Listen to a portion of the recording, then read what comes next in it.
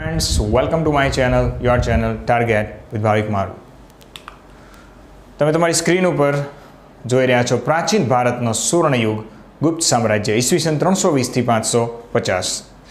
ગુજરાતનો સુવર્ણયુગ કોઈ તમને પૂછે તો તમે તરત જવાબ આપશો સોલંકી વંશ, અને ભારતનો પૂછે તો તમને જવાબ આવડે જ છે ગુપ્ત સામ્રાજ્ય. સુવર્ણયુગ કોને કહેવાય મિત્રો? તો સુવર્ણયુગની કોઈ પર્ટિક્યુલર ડેફિનેશન નથી, પણ સુવર્ણયુગનો અર્થ એવો થઈ શકે કે એ સમયે એ વંશે ભારતના ઇતિહાસમાં કંઈક એવું પ્રદાન આપ્યું છે કે જે એની પહેલાં આવેલા ઘણા બધા વંશોએ અને એની પછી આવેલા વંશોએ એ પ્રદાન આપ્યું નથી. તો કયા કયા ક્ષેત્રે એમણે સર્વશ્રેષ્ઠ પ્રદાન આપ્યું છે? તો ગુપ્તોએ સ્થાપત્ય કળામાં આપણને શ્રેષ્ઠ પ્રદાન આપ્યું છે, જે આજે પણ આપણે જોઈ શકીએ છીએ. વિહારો, ગુફાઓ, નાલંદા વિદ્યાપીઠ આપણે જોઈ શકીએ છીએ. આજે આપણે જે જૂનામાં જૂના મંદિરો જોઈએ છે, ભારતમાં મંદિરોની શરૂઆત કોઈ સમયમાં થઈ હોય તો એ ગુપ્ત સામ્રાજ્યમાં હોય. તો સુવર્ણયુગ એટલે એવો સમય કે જેમણે સ્થાપત્ય ક્ષેત્રે, સાહિત્ય ક્ષેત્રે, કે નાલંદા વિદ્યાપીઠ શિક્ષણનું એક ધામ હતું, અને ગુપ્ત સામ્રાજ્યમાં કાલિદાસ, અમરસિંહ, કડકરપર જેવા અઢળક મહાન સાહિત્યકારો થઈ ગયા, જેનું સાહિત્ય આજે પણ આપણી પાસે અવેલેબલ છે. સુવર્ણયુગ એટલે એવો સમય કે એ સમયે વિજ્ઞાનની પણ શ્રેષ્ઠ સિદ્ધિ મળી હોય, અને એ જમાનામાં આર્યભટ્ટ, બ્રહ્મગુપ્ત, વરાહમિહિર જેવા શ્રેષ્ઠ વૈજ્ઞાનિકો, ખગોળશાસ્ત્રીઓ, જ્યોતિષશાસ્ત્રીઓ એ સમયમાં થઈ ગયા હતા. સુવર્ણયુગ એટલે એવો સમય કે ત્યારના રાજાઓએ ખૂબ મોટા વિસ્તારમાં પોતાના વંશનું નામ ફેલાવ્યું હોય, વિશ્વભરમાં આપણા દેશને પ્રસિદ્ધિ અપાવી હોય. તો ગુપ્ત સામ્રાજ્યનું સામ્રાજ્ય ગાંધારથી લઈ બંગાળ સુધી, અને ઉત્તરમાં કાશ્મીરથી લઈ અને નીચે નર્મદાની ખીણ સુધી આ સામ્રાજ્ય ફેલાયું હતું. સુવર્ણયુગ એટલે એવો સમય કે જે સમયે આર્થિક દૃષ્ટિએ એ વંશનો વિકાસ ખૂબ થયો હોય અને તેનો લાભ છે તેની સામાન્ય જનતાને મળ્યો હોય. સૌથી વધુ સુવર્ણ સિક્કાઓ જો કોઈ ઇતિહાસમાં કોઈ વંશના ભારતમાં મળી આવ્યા છે તો એ ગુપ્ત સામ્રાજ્યના છે. અર્થાત ગુપ્ત સામ્રાજ્ય એ એવો સમય છે કે જે સમયે દરેક ક્ષેત્રમાં આ વંશની પ્રસિદ્ધિ થઈ હતી, જે પહેલાં કદી નથી થઈ. એટલા માટે ગુપ્ત સામ્રાજ્યને ભારતનો સુવર્ણયુગ કહેવાય છે. આજે આપણે ભણીશું the golden era of Indian history, Gupta empire, Gupta dynasty. તો કોણે શરૂઆત કરી, આ વંશની કઈ રીતે શરૂઆત થઈ, એ હવે આપણે ડિટેલમાં જોઈએ છીએ. તમે જે લોકોનો જન્મ 90ના દાયકામાં થયો હશે, અથવા તો એ પછી થોડા સમયમાં થયો હશે, તો એ બધાએ આ ચિત્રનું કાર્ટૂન જોઈ સમજી ગયા હશે કે આ વિક્રમ વેતાળનું કાર્ટૂન છે ને, જે આપણે દૂરદર્શન ઉપર જોયું હતું. આજકાલની પેઢીઓ તો કદાચ પેપા પીગ અને ટોકિંગ ટોમથી આગળ નથી વધતી, ત્યારે આપણા સમયમાં આપણે આવું કંઈક જોયું હતું. એ સમયે પબજી નહોતી. વિક્રમ વેતાળ એ આ વંશનો મહાન રાજા વિક્રમાદિત્ય અને એનો અંગત સલાહકાર વેતાળ. આ ઇતિહાસ આપણે આ લેક્ચરમાં ભણવાનો છે. ક્યાંથી આપણને ગુપ્ત સામ્રાજ્યની માહિતી મળે છે, જે આપણે ભણવાની છે. તો મિત્રો, તમને પણ ખ્યાલ છે, મેં તમને વૈદિક સભ્યતામાં ભણાવ્યું હતું કે 18 જેટલા પુરાણો છે કે જે વેદ વ્યાસના નામે સંકલિત થયા છે. આ 18 પુરાણોમાં મિત્રો વિષ્ણુ પુરાણ, વાયુ પુરાણ અને બ્રહ્માંડ પુરાણ, આ ત્રણેય પુરાણ છે એ ગુપ્ત સામ્રાજ્યના સમય અને એના પછી બન્યા હોય એવું દેખાય છે. કારણ કે આ ત્રણેય પુરાણમાં ગુપ્ત સામ્રાજ્ય વિશેની માહિતી અને એના રાજાઓની ચર્ચાઓ છે. ઉપરાંત કાલિદાસની રચનાઓ વિક્રમવર્ષિયમથી લઈ અને અઢળક કાલિદાસે અભિજ્ઞાન શાકુંતલમ, માલવિકા, અગ્નિમિત્રમ, આ અઢળક જે સંસ્કૃતમાં કથાઓ લખી છે એમાં પણ આપણને ગુપ્ત વંશની માહિતી મળી રહે છે. કાલિદાસની દરેક જે કૃતિઓ છે આપણે ડિટેલમાં અંતમાં ભણીશું. વિશાખાદત્તે લખેલું દેવી ચંદ્રગુપ્તમમાં આપણને ચંદ્રગુપ્ત બીજા વિક્રમાદિત્યની માહિતી મળે છે. મુચ્ચકટિકમ શુદ્રકમાં ગુપ્ત વંશનો સમાજ વ્યવસ્થા, ગુપ્ત વંશનો વહીવટ કેવો હતો તેની પણ માહિતી મળે છે. આ ઉપરાંત એક નીતિસાર નામનું જે પુસ્તક છે કે જેના અનુસાર ગુપ્ત સામ્રાજ્યનો વહીવટ થતો હતો, એ પુસ્તક પણ આપણને ગુપ્ત વંશની માહિતી આપે છે. ગુપ્ત વંશના વહીવટની આ જીપીએસસી 1-2 લેવલે છે. કામંદકે લખેલું પુસ્તક નીતિસાર. આ ઉપરાંત મિત્રો ભારતમાં 3 મહાન ચીની યાત્રાળુઓ આવ્યા, ચાઇનીઝ પિલગ્રીમ્સ. આ બૌદ્ધ ભિક્ષુકો હતા. એમાં સૌથી પહેલાં ફાહિયાન છે એ આવે છે.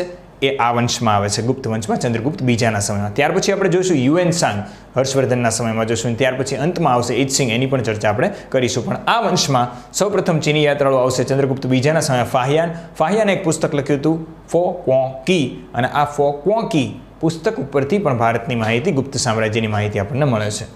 યુએનસાંગના પુસ્તકમાંથી પણ આપણને માહિતી મળે છે. CU કી નામનું પુસ્તક જે લખ્યું હતું એમાંથી પણ આપણને માહિતી મળે છે. પુરાતાત્વિક સિક્કાઓ, સોનાના સિક્કાઓ મળ્યા છે, ચાંદીના સિક્કા, તાંબાના સિક્કાના સિક્કા ઉપરથી આપણને ઓલમોસ્ટ મિત્રો ગુપ્ત વંશની માહિતી મળે છે, જે આપણે ચર્ચા કરીશું. ગુપ્ત વંશના સ્થાપત્યો કયા કયા છે જે આપણે જોઈ શકીએ તો અઢળક મંદિરો ગુપ્ત વંશમાં બન્યા છે, અઢળક મૂર્તિઓ બની છે, અઢળક સ્તંભો પણ બનાવવામાં આવ્યા છે. અશોકે ભારતમાં સ્તંભલેખ શરૂઆત કરી હતી, પરંતુ એનો અર્થ એ નથી કે અશોકના પછી કોઈ સ્તંભલેખ નથી લખ્યા. ગુપ્ત વંશમાં પણ ઘણા બધા સ્તંભલેખો, ગુફાલેખો, શિલાલેખો લખાયા છે. એની ચર્ચાઓ આપણે ડિટેલમાં કરીશું. ગુફાઓ, અને અહીંયા આગળ તમે જોઈ શકો છો કે ઔરંગાબાદ મહારાષ્ટ્રમાં જે આવ્યું છે એની આ અજંતાની ગુફાઓ વેરી પોપ્યુલર, કદાચ સ્કૂલમાંથી કોઈ પ્રવાસમાં પણ ગયું હશે. ત્યાર પછી આપણે મધ્યપ્રદેશની બાઘની ગુફાઓ છે, અને એવી અઢળક ગુફાઓમાંથી આપણને ગુપ્ત વંશની માહિતી મળે છે. અભિલેખો કયા કયા લખાયા છે તો મિત્રો પ્રયાગનો સ્તંભલેખ લખાયો છે સમુદ્રગુપ્ત દ્વારા, પ્રયાગ અભિલેખ, અને આ પ્રયાગ અભિલેખમાંથી ગુપ્ત વંશની ઘણી બધી માહિતી મળે છે. ચંદ્રગુપ્ત બીજાની પણ વાત પાછળથી એમાં એડ કરવામાં આવી છે. તો પ્રયાગ સ્તંભલેખ છે એ અલ્હાબાદ યુપીમાં આવેલો છે, જેને આપણે આજે પ્રયાગરાજ કહીએ છીએ. ઉદયગીરીનો ગુફાલેખ છે એ ચંદ્રગુપ્ત બીજાના સમયમાં લખાયો હતો, એમાંથી પણ આપણને ઘણી બધી માહિતી મળે છે. ભીતરીનો સ્તંભલેખ છે સ્કંદગુપ્ત દ્વારા લખાયો હતો, એની પણ માહિતી લઈશું.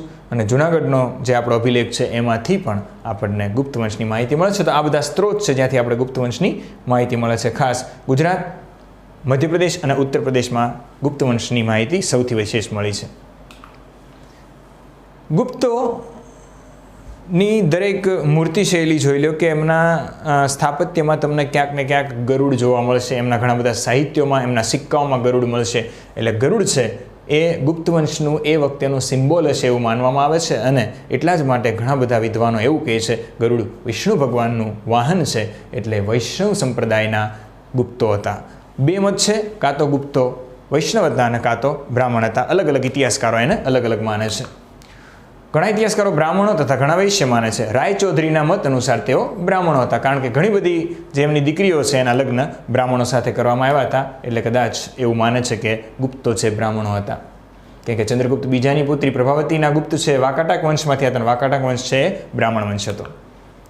એ સમયમાં આંતરજ્ઞાતીય લગ્ન નહોતા થતા, એટલે કદાચ બ્રાહ્મણના લગ્ન બ્રાહ્મણ સાથે થયા હોય એવો એક મત છે. પરંતુ વધારે મતો મિત્રો આપણને મળ્યા છે શેના છે? વૈશ્યના. તો પરીક્ષામાં એવું પૂછાય કે ગુપ્તો ક્યાં વંશના છે, તો યાદ રાખજો ગુપ્તોનો વૈશ્ય લખવાનું જો પૂછાય તો.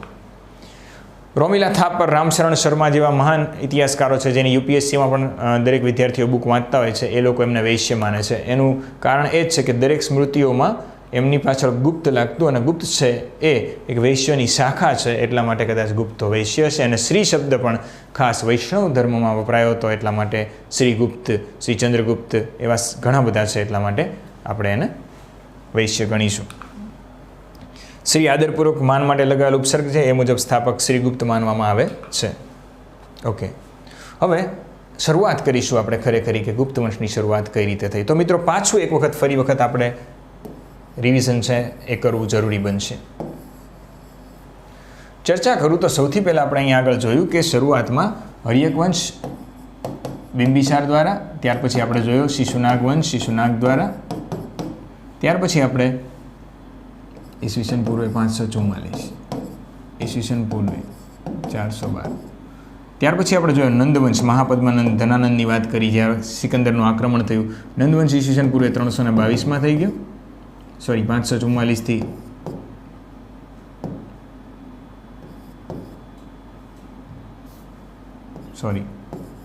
ઈસવીસન પૂર્વે 344થી 322 થઈ ગયો. ત્યાર પછી આપણે જોયું હતું મૌર્ય વંશ. મૌર્ય વંશે શરૂઆત કરી દીધી હતી સામ્રાજ્યની. મૌર્ય વંશ ઈસવીસન પૂર્વે 322થી ઈસવીસન પૂર્વે 185 સુધી જોયો. મૌર્ય પછી અલગ અલગ મૌર્યનું પતન થયું, 4 વિદેશી આક્રમણો થયા. એમાં 4 વિદેશી આક્રમણની વાત કરીએ તો સૌથી પહેલાં આપણે જોયું યવનોનું આક્રમણ, યુનાની આક્રમણ, ત્યાર પછી શકોના આક્રમણની વાત કરી, ત્યાર પછી આપણે ભણ્યા પલ્લવોન, અને ત્યાર પછી આપણે ભણી લીધું છે કુષાણોનું, કનિષ્કવાળું. અને આ બાજુ અંદર મૌર્યની પછી મગધની ઉપર જો કોઈ હક મેળવ્યો હોય તો એ પુષ્યમિત્ર શુંગવંશ, ત્યાર પછી આપણે જોયો તો કે કણ્વવંશ વાસુદેવનો, અને ત્યાર પછી અંતમાં સાતવાહન વંશ. આ દરેક ડિટેલ અત્યાર સુધી આપણે ભણી લીધી છે. હવે મેં તમને એ પણ સમજાવ્યું હતું મિત્રો કે આ સમય દરમિયાન છેલ્લે અહીંયા આગળ કુષાણોનું શાસન હતું અને નીચે સાતવાહનોનું શાસન હતું. આટલું ક્લિયર છે? અહીંયા સુધી આપણે એપ્લિકેશનમાં ભણી ચૂક્યા છીએ. હવે મિત્રો કુષાણોના સમયમાં કુષાણોનો એક સૂબો હતો જેનું નામ મિત્રો શ્રીગુપ્ત. આ શ્રીગુપ્ત છે એને કુષાણોએ સૂબો બનાવેલો. કાશીની આસપાસના વિસ્તારમાં એનું સામ્રાજ્ય શરૂ થયું હતું અને ત્યાર પછી મિત્રો કહેવાય છે કે એણે પાટલીપુત્ર ઉપર વિજય મેળવી અને પોતાની રાજધાની પાટલીપુત્રને બનાવી. આ પાટલીપુત્ર છે એ પાટલીપુત્ર મૌર્યોના અંત પછી એકદમ ખંડેર થઈ ગયું હતું, કારણ કે ત્યાં આગળ કોઈ મહાન શાસન નહોતું આવ્યું, એટલે પાટલીપુત્ર ખંડિત થઈ ગયું. એટલે પાટલીપુત્રનો વિકાસ ફરી એક વખત જો કોઈ સમયમાં શરૂ થયો હોય તો ગુપ્ત વંશમાં થયો હતો. પાછું પાટલીપુત્ર કુસુમપુરી છે એ ફરી એક વખત મૌર્ય વંશમાં જેમ ચમક્યું હતું એ રીતે હવે ચમકવાનું શરૂ થશે. તો ખાસ યાદ રાખજો કે શ્રીગુપ્ત છે એટલે કે ગુપ્તો છે એ શરૂઆતમાં કોની સેવા કરતા હતા? કુષાણોની સેવા કરતા. હવે કુષાણો કનિષ્ક પછી નબળા પડે છે, છેલ્લે વાસુદેવ નામનો એક શાસક આવે છે. વાસુદેવનો અંત પછી ગુપ્ત વંશ છે એની ચડતી થાય છે અને કુષાણોની પડતી થાય છે. અને ધીરે ધીરે ધીરે તમે જોશો કે કઈ રીતે ગુપ્ત વંશ છે એ સમગ્ર ઉત્તર ભારતમાં મહાન સામ્રાજ્ય બન્યું. તો ગુપ્ત વંશની શરૂઆત થાય છે શ્રીગુપ્તથી. શ્રીગુપ્ત ક્યાંથી આપણને એની માહિતી મળી છે? તો પ્રભાવતી ગુપ્ત, ચંદ્રગુપ્ત બીજાની દીકરી આવશે, એણે પૂનામાં એક તામ્રપત્રી અભિલેખ કરાયો હતો અને એ અનુસાર શ્રીગુપ્ત છે એને ગુપ્ત વંશનો આદિપુરુષ માનવામાં આવે છે. આ ઉપરાંત મિત્રો મેં તમને ચર્ચા કરી કે 3 ચીની યાત્રાળુઓ ભારતમાં આવે છે, ફાહિયાન, યુએનસાંગ અને ઇત્સિંગ. એમાં જે છેલ્લે આવશે, છેક 7મી સદીમાં આવશે, પણ એને ભારતનો ઇતિહાસ ભણ્યો અને એને એવું લાગ્યું કે ગુપ્ત વંશનો પહેલો સ્થાપક તો ખરેખર કોણ છે? તો કે શ્રીગુપ્ત છે. એટલે ઇત્સિંગના મત અનુસાર ગુપ્ત વંશનો સ્થાપક કોણ છે? તો લખીને આવજો શ્રીગુપ્ત. ચીની યાત્રાળુ ઇત્સિંગ 672માં આવ્યો હતો. મુજબ તે ગુપ્ત વંશનો એક રાજા હતો જેણે બૌદ્ધ મઠો બનાવવા ખૂબ દાન આપ્યું હતું. તો શ્રીગુપ્ત છે એ જ ગુપ્ત વંશનો પહેલો સ્થાપક ગણી શકાય. તે કુષાણો વતી શાસન કરતો હોવાનું મનાય છે. તેણે મહારાજની ઉપાધિ ધારણ કરી હતી, પરંતુ મહારાજા ધીરાજની ઉપાધિ ધારણ કરી નથી, એટલે કે એ સ્વતંત્ર હતો નહીં. તેની માહિતી ખૂબ અપૂરતી મળે છે. માત્ર 2 મોહરો શ્રીગુપ્તસ્થ લખેલી મળે છે. ઘટોત્કચ છે એ શ્રીગુપ્તનો દીકરો હતો. એટલે શ્રીગુપ્તનો દીકરો કોણ? ઘટોત્કચ. આ ઘટોત્કચ છે એની માહિતી આપણને સુપ્રિયા અભિલેખમાંથી મળે છે અને ઘટોત્કચ છે એ શ્રીગુપ્તનો દીકરો હતો અને ગુપ્ત વંશનો એક શાસક હતો. સુપ્રિયા અભિલેખ મુજબ એની માહિતી મળે છે. એણે પણ મહારાજની પદવી ધારણ કરી હતી, પણ મહારાજા ધીરાજની એટલે એ પણ સ્વતંત્ર હતો નહીં. તેના સમયમાં પ્રથમવાર ગુપ્તોનું ગંગાના મેદાનમાં પ્રભુત્વ સ્થપાયું. પહેલી વખત ગંગાના મેદાન સુધી આ લોકો પહોંચ્યા હતા. પાટલીપુત્ર ઉપર હજી સંપૂર્ણ જેને કહેવાય છે એ અધિકાર બંનેમાંથી એક પણને મળ્યો નથી. એ અધિકાર મેળવશે ઘટોત્કચનો દીકરો ચંદ્રગુપ્ત પહેલો. એટલે જ પાટલીપુત્રની વિજય એણે મેળવ્યો, એટલે જ એને ગુપ્ત વંશનો ખરો સ્થાપક કહેવાય છે, જે આપણે નેક્સ્ટ લેક્ચરમાં ભણીએ છીએ. તો નેક્સ્ટ લેક્ચરમાં આપણે ચંદ્રગુપ્ત પ્રથમ વિશે વાત કરીશું. Thank you. ઓકે, ચલો એક કામ કરીએ. આ જ લેક્ચરમાં ચંદ્રગુપ્ત પ્રથમ છે એ કમ્પ્લીટ એટલે કરું કે શ્રીગુપ્ત અને ચંદ્રગુપ્ત પહેલો આ બંને વચ્ચેનો ડિફરન્સ તમને આ જ લેક્ચરમાં ક્લિયર થાય તો વધારે મજા આવશે. ઓકે, શરૂઆત કોણે કરી ગુપ્ત વંશની? શ્રીગુપ્તે. હવે મિત્રો ચંદ્રગુપ્ત પ્રથમ એને ખરો સ્થાપક માનવામાં આવે છે. એનો સમયથી જ ગુપ્ત વંશનો સમય શરૂ થાય છે. શા માટે એને ખરો સ્થાપક માનવામાં આવે છે? એના 3 મુખ્ય કારણ છે. એક તો મિત્રો એણે પાટલીપુત્ર ઉપર વિજય મેળવ્યો હતો, એ માહિતી આપણને મળે છે. એટલે પાટલીપુત્ર છે કોના સમયમાં ગુપ્ત વંશની રાજધાની બની? તો કે ચંદ્રગુપ્ત પ્રથમના. બીજું, એણે પાટલીપુત્ર ઉપર વિજય મેળવ્યો એટલા માટે એણે ગુપ્ત સંવતની શરૂઆત કરી હતી ઈસવીસન 319માં, અને ત્યારથી જ ગુપ્તનો સમય દેખાય છે. અને આ ગુપ્ત સંવત શરૂ કરનાર વ્યક્તિનું નામ જ્યારે અભિલેખોમાં વાંચવામાં આવે છે ત્યારે કંઈક આવું લખ્યું છે, મહારાજા ધીરાજ. તો મહારાજા ધીરાજ, અધિરાજ એટલે એનાથી ઉપર કોઈ છે નહીં. તો આ વ્યક્તિ એના પિતા ઘટોત્કચની જેમ ખાલી મહારાજા નહીં, કે નહીં એના દાદા શ્રીગુપ્તની જેમ પોતે મહારાજા ધીરાજનું બિરુદ ધારણ કરે છે, એટલે કે કોઈની અંડરમાં નથી. હવે મિત્રો શા માટે એ આટલો મજબૂત બન્યો? તો એનું એક જ કારણ હતું કે એ સમયનું સૌથી મજબૂત રાજ્ય હતું લીછવી, અને લીછવીઓની રાજકુમારી કુમારાદેવી સાથે એના લગ્ન થયા હતા. એ એના સિક્કાઓ પરથી માહિતી મળે છે. તો લીછવીની રાજકુમારી કુમારાદેવી સાથે ચંદ્રગુપ્તના લગ્ન થયા એટલા માટે થઈ અને લીછવીઓએ ચંદ્રગુપ્ત પહેલાંને ખૂબ મદદ કરી અને આસપાસના વિસ્તારમાં એણે ખૂબ મોટું સામ્રાજ્ય બનાવ્યું. એટલા માટે ગુપ્ત વંશનો ખરો સ્થાપક કોને કહેશું? ચંદ્રગુપ્ત પહેલાંને. શ્રીગુપ્તને ખરો સ્થાપક માનવામાં આવતો નથી. ગુપ્ત વંશનો પહેલો શાસક ગણી શકાય. તો ફટાફટ એની ચર્ચા કરીએ. ગુપ્ત વંશનો વાસ્તવિક સ્થાપક અથવા સંસ્થાપક કહી શકાય. મહારાજા ધીરાજની ઉપાધિ ધારણ કરી એટલે જ એને ખરો સ્થાપક કહી શકાય. લીછવીઓની રાજકુમારી કુમારાદેવી સાથે લગ્ન કર્યા હતા. લીછવીઓ સાથે સંબંધો બાંધીને સ્થિતિ મજબૂત કરી અને એણે રાજ્ય વિસ્તાર કર્યો હતો. લીછવીઓની સહાયથી જ પાટલીપુત્ર એણે જીત્યું હતું. ને એ વખતે ત્યાં સુંદરવર્મન કરીને એક રાજા હતો. તો કદાચ એવો પરીક્ષામાં પ્રશ્ન પૂછે કે ચંદ્રગુપ્ત પ્રથમે પાટલીપુત્રના કયા શાસકને હરાવી અને પોતાની રાજધાની સ્થાપી હતી? તો પાટલીપુત્રનો એ વખતે રાજા હતો સુંદરવર્મન. તો સુંદરવર્મનને હરાયો હતો. કોની મદદથી? લીછવીઓની મદદથી. તો કુમારદેવી સાથે લગ્ન કર્યા હતા. આ લગ્ન સંબંધમાં મહત્વનું સમર્થન સમુદ્રગુપ્ત એટલે કે ચંદ્રગુપ્ત પ્રથમનો જે પુત્ર છે એની પ્રયાગ પ્રશસ્તિમાં કરવામાં આવ્યું છે. અને આ બધી માહિતી આપણને ક્યાંથી મળી છે? તો સમુદ્રગુપ્તે પ્રયાગ પ્રશસ્તિ જે કરાવી હતી, પ્રયાગમાં જે લેખ લખાયો હતો હરિશેન મારફત, એમાં. હવે હરિશેન કોણ છે એની ચર્ચા આપણે નેક્સ્ટ લેક્ચરમાં કરીશું, ત્યારે હું તમને કહીશ. હવે મિત્રો, કુમારાદેવી અને ચંદ્રગુપ્ત પહેલા આ બંનેના મિલનથી એક પુત્ર પ્રાપ્ત થાય છે, જે ભારતનો એક મહાન શાસક સમ્રાટ સમુદ્રગુપ્ત છે. ગુપ્ત સંવત. ગુપ્ત સંવત શરૂ કરવાનો શ્રેય ચંદ્રગુપ્ત પ્રથમને જાય છે. ઈસવીસન 319માં ગુપ્ત સંવત શરૂ થાય છે અને ત્યારથી જ ગુપ્તોનો સમય માનવામાં આવે છે. એટલે જ આ ખરો સ્થાપક ગણી શકાય. ચંદ્રગુપ્તના રાજ્યારોહણની અને સત્તા પ્રાપ્તિના સુપ્રસંગની યાદમાં, એટલે કે જ્યારે ગાદી ઉપર આવ્યો અને સત્તા પ્રાપ્તિ કરી પાટલીપુત્ર ઉપર, ત્યારે એણે ગુપ્ત સંવત શરૂ કરી હતી. 319-20માં શરૂ થઈ હતી. સૌરાષ્ટ્રનું આપણું જે વલ્લભી રાજ્યના શાસકોએ પણ આ સંવતનો સ્વીકાર કર્યો હતો, એટલે કે ખૂબ જ પ્રચલિત હતું. હવે એના સિક્કાઓની માહિતી મેળવીએ. ચંદ્રગુપ્તના સિક્કાઓ આ જીપીએસસી 1-2માં કામ આવશે. લીછવી રાજકુમારી કુમારદેવી સાથે લગ્નની યાદીમાં એણે સોનાના સિક્કા બનાવ્યા હતા. આ કુમારાદેવી છે એના ચંદ્રગુપ્ત પહેલો છે. સિક્કાની એક બાજુ એ બંનેનો ચિત્ર અંકિત છે અને બીજી બાજુ લક્ષ્મી દેવી. તમને ગુપ્ત શાસકના દરેકના સિક્કામાં એક બાજુ લક્ષ્મી દેવી જોવા મળશે અને એક બાજુ તે સમયના રાજાઓ. તો પ્રશ્ન પૂછાય કે ગુપ્ત વંશમાં સિક્કાઓમાં ફરજિયાત નીચેનામાંથી કઈ દેવી છે એની મૂર્તિ હતી, મતલબ એની ચિત્રાત્મક હતું? તો યાદ રાખજો, જવાબ આવશે ગુપ્ત વંશ. લક્ષ્મી દેવી કોના સાથે? ગુપ્ત વંશ. અને આ સમયમાં જ મિત્રો વૈષ્ણવ સંપ્રદાય છે એનો વિકાસ થયો હશે, કારણ કે લક્ષ્મી દેવી કોના પત્ની છે? વિષ્ણુ ભગવાનના. એટલા માટે એને વૈષ્ણવ માનવામાં આવે છે.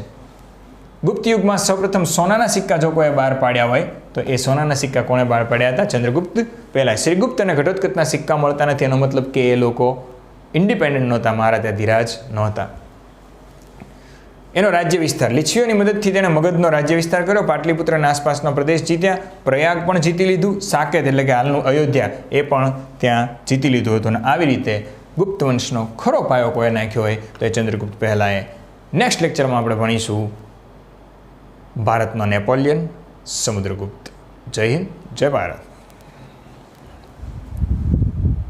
Friends, welcome to my channel, your channel target with Bhavik મારુ.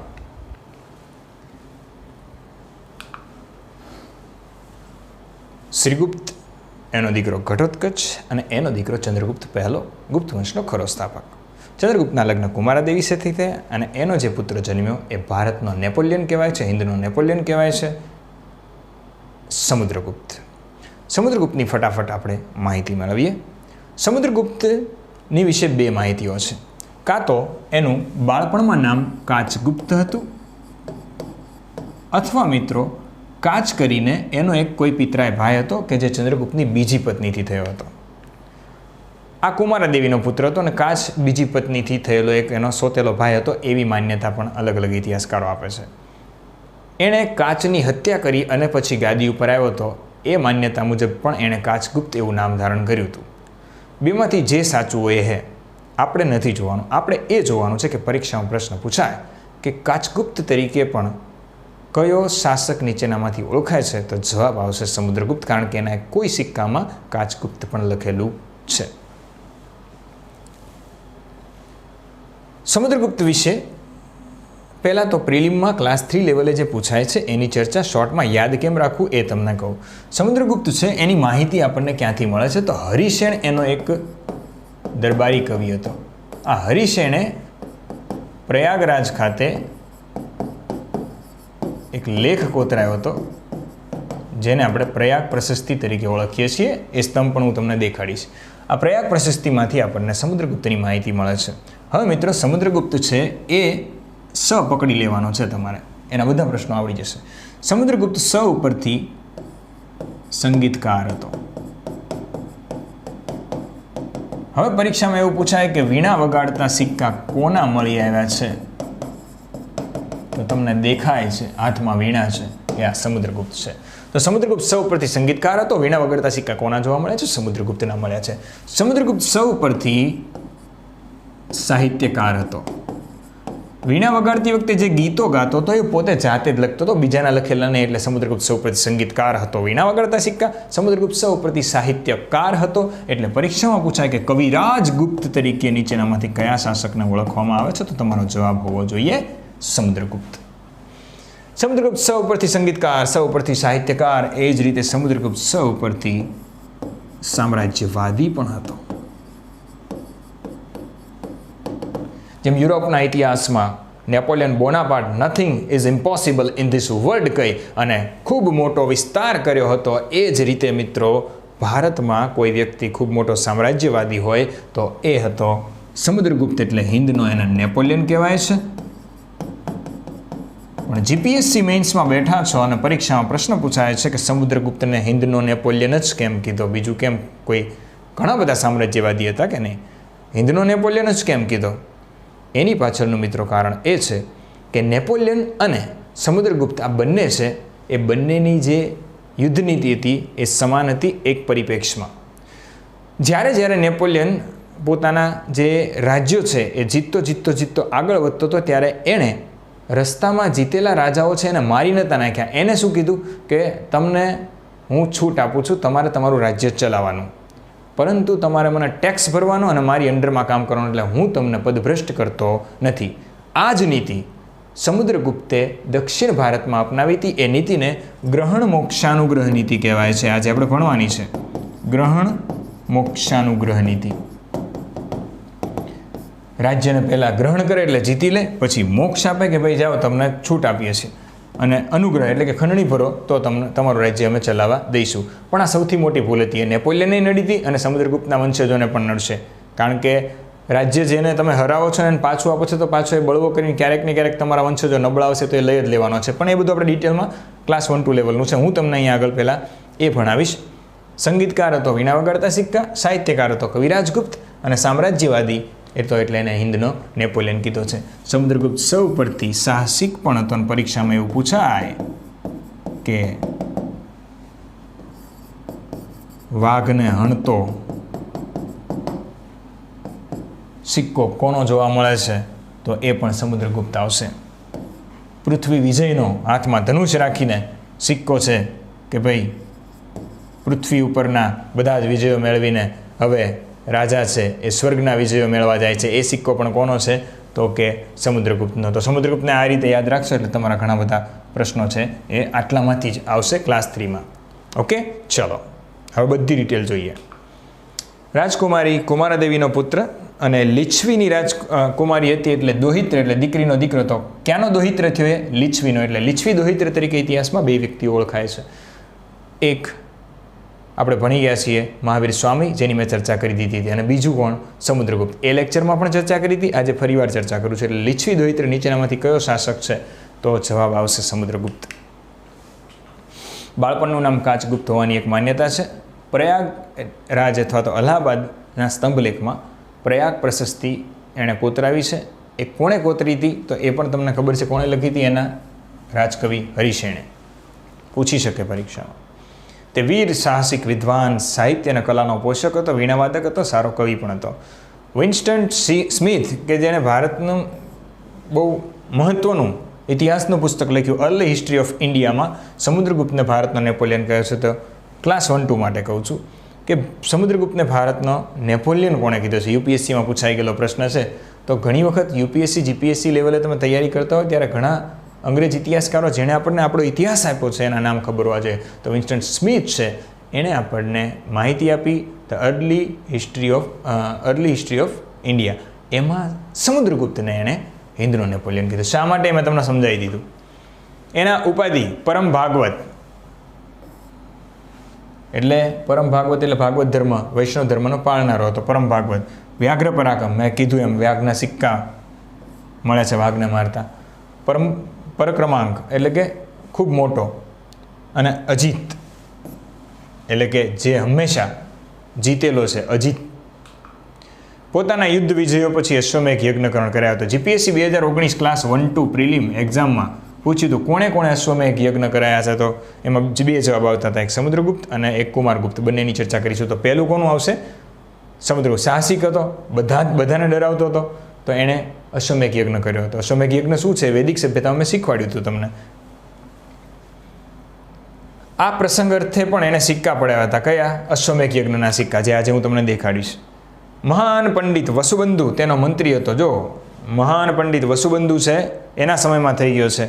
અને વસુબંધુ બૌદ્ધ ધર્મનો પણ ફેલાવો કર્યો હતો. એનો મતલબ એ થયો કે આ વ્યક્તિ સમુદ્રગુપ્ત છે ધાર્મિક રીતે સહિષ્ણુ હતો. એ પોતે વૈષ્ણવ હોવા છતાં બૌદ્ધ ધર્મને પણ એણે દાન આપેલું છે. ધાર્મિક નીતિ ઉદારતી, બ્રાહ્મણ ધર્મને ઉત્તેજન આપતો હતો, તમામ ધર્મોને માન આપતો હતો. શ્રીલંકાના રાજવી મેઘવર્ણે સમુદ્રગુપ્ત સાથે મૈત્રી સંબંધ બાંધ્યો. છેક શ્રીલંકા સુધી એના સંબંધો બાંધ્યા હતા. અને ભારતમાં આવતા શ્રીલંકાના બૌદ્ધ યાત્રાળુઓ માટે બોધિ ગયા ખાતે, કે જ્યાં આગળ બુદ્ધને જ્ઞાન પ્રાપ્ત થયું હતું. બોધિ ગયા, બુદ્ધને જ્ઞાન પ્રાપ્ત થયું હતું. મેં તમને શીખવાડ્યું હતું ને, પુનપુન નદી, નિરંજના, ફાલ્ગુ નદી અને પુનપુન નદી પણ કહેવાય છે.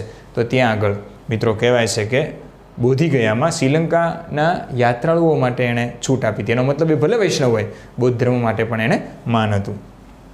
વિહાર બાંધવાની પરવાનગી આપી હતી. સમુદ્રગુપ્તનું વિજય અભિયાન. સમુદ્રગુપ્તનું વિજય અભિયાન જોવું જરૂરી છે મિત્રો. શા માટે એ તમને કહું. હવે યુ કેન સી કે આ જે વિસ્તાર છે આટલો, એ સૌથી પહેલાં ખરો સ્થાપક કોણ એ લોકોનો? તો કે ચંદ્રગુપ્ત પહેલો. આ ચંદ્રગુપ્ત પહેલાં એ જીતેલો વિસ્તાર છે. સમુદ્રગુપ્તે ગુજરાત અને ઉજ્જૈન સિવાયનો ઓલમોસ્ટ ભાગ એના સમયમાં અસ્તિત્વમાં હતો. એણે ગાંધાર સુધી વિજય મેળવ્યો હતો, પણ પાછળથી એ પ્રદેશ એના હાથમાંથી છૂટી ગયો હતો. એટલે સમુદ્રગુપ્તના મૃત્યુ સમયે આટલો મોટો વિસ્તાર એનો હતો. હવે સમુદ્રગુપ્તનું આટલું બધું સામ્રાજ્ય વિકસ્યું, એની પાછળ એની યુદ્ધ નીતિ જવાબદાર હતી. એ યુદ્ધ નીતિને આ વિસ્તાર વધારાનો જે દેખાય છે એ આગળ જતાં ચંદ્રગુપ્ત બીજો જીતશે. એનો મતલબ એ થયો કે ગુજરાત વિજય કયા ગુપ્ત શાસકે કરી? ચંદ્રગુપ્ત પહેલો, ચંદ્રગુપ્ત બીજો, સમુદ્રગુપ્ત કે કુમારગુપ્ત? તો જવાબ આવશે મિત્રો ચંદ્રગુપ્ત બીજો. ગુજરાત વિજય ચંદ્રગુપ્ત બીજાએ કરી. અને ગિરિનગર ખાતે જે શિલાલેખ છે એ પાછો સ્કંદગુપ્તનો છે. કોઈ પણ પ્રશ્ન પૂછાય આવડવો જોઈએ. સમુદ્રગુપ્ત યુદ્ધો ઉત્તરાપથ અને દક્ષિણ પથના એમ 2 ભાગમાં કરતા. જો આ એના ઉત્તરાપથના વિજયો છે અને નીચેના જે વિજયો છે એના દક્ષિણ પથના વિજયો છે. આર્યવર્ત વિજય જે ઉત્તર ભારતમાં થયા એનો એક આર્યવર્ત વિજય. આર્યવર્ત એટલે ઉત્તર ભારત. 9 રાજ્યોને હરાવ્યા હતા. આર્યવર્તના કેટલા? ઉત્તર ભારતના 9 રાજ્યોને હરાવ્યા હતા અને ખાલસા કર્યા હતા. ખુલાસા નહીં, ખાલસા, ઇટ ઇઝ પ્રિન્ટિંગ મિસ્ટેક. ઉત્તરાપથ ભારતમાં 3 મહત્વના રાજા, એક અચ્યુત, એક નાગસેન અને કુલજને હરાવ્યા હતા, કે જે રાજાઓ છે એ ઉત્તરાપથમાં આ વિસ્તારમાં આવ્યા હતા. ગંગા ખીણ પ્રદેશના રાજાઓ રુદ્રદેવ, મતિલ, નાગદત્ત, ચંદ્રવર્મન, નંદિન, બલવર્મન આ બધાને પણ હરાવ્યા હતા. This is not so much important for exam. GPSC મેન્સમાં કદાચ આવે તો લખવામાં કામ આવે. દક્ષિણાપથના વિજયો આ 1-2 માટે પ્રિલિમ માટે છે. સમુદ્રગુપ્તના કયા વિજયોને ગ્રહણ મોક્ષાનુગ્રહ નામ આપવામાં આવ્યું છે? તો દક્ષિણાપથ. અથવા પરીક્ષામાં એવો પ્રશ્ન પૂછે કે સમુદ્રગુપ્તના દક્ષિણાપથના વિજયો કઈ નીતિ અનુસાર કામ કરતા હતા? તો ગ્રહણ મોક્ષાનુગ્રહ જવાબ આવશે. 12 રાજ્યોને હરાવવામાં આવ્યા. પલ્લવ, કોસલ, કોટ્રુર, કાંચી, આ વેંગી વગેરે રાજ્યો દક્ષિણા પંથમાં ગ્રહણ મોક્ષાનુગ્રહ એને કેટલા રાજ્યોને રહ્યા બધા કાંઈ ગોખવાના નથી, પરીક્ષામાં પૂછાશે જ નહીં, 12 રાજ્યોને. હવે એવું પૂછાય કે સમુદ્રગુપ્તના કયા વિજયોને ધર્મ વિજય કહેવાય છે, તો જવાબ આવશે દક્ષિણાપથના વિજયને. કારણ કે ઉત્તર ભારતમાં છે એ આર્યો હતા અને નીચે દ્રવિડો હતા, એવી એક માન્યતા છે. એટલે આ દક્ષિણ ભારત જેણે જીત્યું એ ધર્મ વિજય કહેવાય છે. આ ઉપરાંત એણે આટ્વિક રાજ્યો જીત્યા હતા. આટ્વિક રાજ્યો એટલે વિંધ્યાચલ પર્વતમાળામાં રહેલા રાજ્યોને આટ્વિક રાજ્યો કહેવાય છે. એમાં 18 જેટલા રાજાઓને હરાવ્યા અને ખંડિયા રાજ્યો કરી દીધા, એટલે કે ટેક્સ ભરવાનો, ખંડણી ભરવાની. એ બધા જંગલમાં આવેલા હતા એમપીના. સરહદી રાજ્યો 5 રાજ્યો. જો સરહદી રાજ્યો એટલે અંતના રાજ્યો. એમાં એક બંગાળનું રાજ્ય, એક અહીંયા આસામનું રાજ્ય, કામરૂપ કહેવાતું. એ વખતે આસામનું શું નામ હતું, જૂનું નામ કામરૂપ. પછી ડ્વાક એટલે કે ઢાકાની આજુબાજુનો પ્રદેશ, આ બાજુનો. પછી નેપાળ, એ પણ, અને કરતુપુર નેપાળની બાજુમાં. આ બધા જ જે વિસ્તારો છે 5 રાજ્યો, એ બધા સરહદી વિસ્તારો કહેવાતા. આ ઉપરાંત માલવ, યોધ્ય, મદ્ર, અર્જુનાયન, આભીર જાતિ પંજાબ બાજુ, અર્જુન, સનકાનિક, કાક અને ખરસ્પી જે છે ખરપસ્કી, એ બધા આ બાજુના વિસ્તારમાં. 9 ગૃહ રાજ્યોએ સમુદ્રગુપ્તનું આધિપત્ય સ્વીકારી લીધું હતું. અન્ય ઉત્તરકાલીન કુષાણો, હવે કુષાણો જે વધ્યા હતા એણે પણ એનું આધિપત્ય સ્વીકાર્યું. કેટલાક શકો હતા જે વધ્યા હતા એણે પણ, એટલે કે હવે કુષાણો, શકો, પલ્લવો, યુનાનીઓ એના નામ જ નહીં મળે. હવે સંપૂર્ણ રીતે ગુપ્ત શાસકો આવશે ભારતમાં. પછી વાયવ્યના વિદેશી શાસકો તથા સિંહલ દેશ, શ્રીલંકા સહિતના અનેક ટાપુ રાજ્યોએ સમુદ્રગુપ્તનું આધિપત્ય સ્વીકારી લીધું હતું. એટલે કહેવાનો મતલબ એટલો જ છે કે આ બધા પ્રદેશ છે, બાકીના એના રાજાઓ છે એ પોતાની રીતે શાસન ચલાવતા હતા, સ્વતંત્ર હતા. પરંતુ મિત્રો સમુદ્રગુપ્તના સમયમાં સમગ્ર ભારતના શાસકો સમુદ્રગુપ્તને નમતા હતા કે એના વિરુદ્ધમાં જવાય નહીં જો રાજ્ય ટકાવવું હોય તો. ક્લિયર. હવે આ છે પ્રયાગ પ્રશસ્તિ. જેણે નથી જોઈ તો એ જોઈ લ્યો. ખરેખર શરૂઆત અશોકે જ આ એક સ્તંભ બનાવ્યો હતો અને એમાં પાછળથી ગુપ્તોએ એમાં એડ કર્યું હતું. અને એટલા માટે આપણે પ્રયાગ પ્રશસ્તિમાં અશોક અને ત્યાર પછી જોઈએ તો ગુપ્તોની વાત છે અને છેલ્લે અકબરની પણ માહિતી આપણને આ સ્તંભલેખમાંથી મળે છે. પ્રયાગ સ્તંભલેખ અથવા તો પ્રયાગ પ્રશસ્તિ. પ્રથમ મૌર્ય સમ્રાટ અશોકનો એ સ્તંભલેખ હતો. એ કૌશાંબીમાં હતો, એમપી. પછી મુઘલ બાદશાહ અકબરના સમયમાં જહાંગીર દ્વારા અલ્હાબાદ ખસેડવામાં આવ્યો. અકબરના સમયમાં એનો દીકરો સુબો હતો જહાંગીર, એણે અલ્હાબાદ ફેર્યો હતો. ખરેખર પ્રયાગ પ્રશસ્તિ પહેલાં ક્યાં હતી? કૌશાંબીમાં. એ તો પ્રયાગમાં અત્યારે છે એટલે એને આપણે પ્રયાગ પ્રશસ્તિ કહીએ છીએ. અશોકની રાણીનો અભિલેખ પણ ત્યાં આગળ જોવા મળે છે. સમુદ્રગુપ્તનો અભિલેખ એમાં છે, એમાં પ્રયાગ પ્રશસ્તિ તરીકે પ્રચલિત થયો. અશોકના સમયમાં એમાં એની રાણી વિશેનો ઉલ્લેખ છે એટલે એને રાણીનો અભિલેખ કહેતા. સમુદ્રગુપ્તનો સમયમાં સમુદ્રગુપ્તની વાત છે, પ્રયાગ પ્રશસ્તિ તરીકે પ્રચલિત છે. તેના અગ્રીમ અધિકારી અને રાજકવિ એવા હરિસેન દ્વારા એની રચના થઈ હતી. તો પ્રયાગ પ્રશસ્તિ છે ગુપ્તોની, એ કોણે કરી છે? હરિસેન. આ પરીક્ષામાં પૂછાઈ ગયેલો પ્રશ્ન છે. સમુદ્રગુપ્ત વિશે ત્યાં 33 વાક્યો લખેલા છે આ સ્તંભમાં. તેની ભાષા કઈ હતી? તો તમને ખબર, ગુપ્તોની રાજભાષા કઈ હતી? સંસ્કૃત. ગુપ્તોની રાજભાષા પૂછે તો સંસ્કૃત, ગુપ્તોનો રાજધર્મ પૂછે તો વૈષ્ણવ, ગુપ્તોનું પ્રતીક પૂછે તો ગરુડ. તેની લિપિ બ્રાહ્મી હતી. પ્રથમ પદ્ય અને પછી ગદ્ય ચંપુ કાવ્યનું શ્રેષ્ઠ. જો ચંપુ લિપિનું કાવ્ય છે, ચંપુ સાહિત્યનું, એમાં આખો પ્રયાગ છે, પ્રયાગ પ્રશસ્તિ છે સમુદ્રગુપ્તની એ લખેલી છે. કયામાં? કઈ સાહિત્ય લિપિમાં? તો કે ચંપુમાં. એ પણ કામનું છે. અશ્વમેઘ યજ્ઞનો ઉલ્લેખ પ્રયાગ પ્રશસ્તિમાં નથી મળતો, એ ફક્ત સિક્કાઓમાં મળે છે, ખાસ યાદ રાખશું. આ ઉપરાંત મિત્રો પ્રયાગ પ્રશસ્તિ ઉપરાંત એનો એક અભિલેખ સૌથી પોપ્યુલર હોય તો એ એરણ અભિલેખ છે.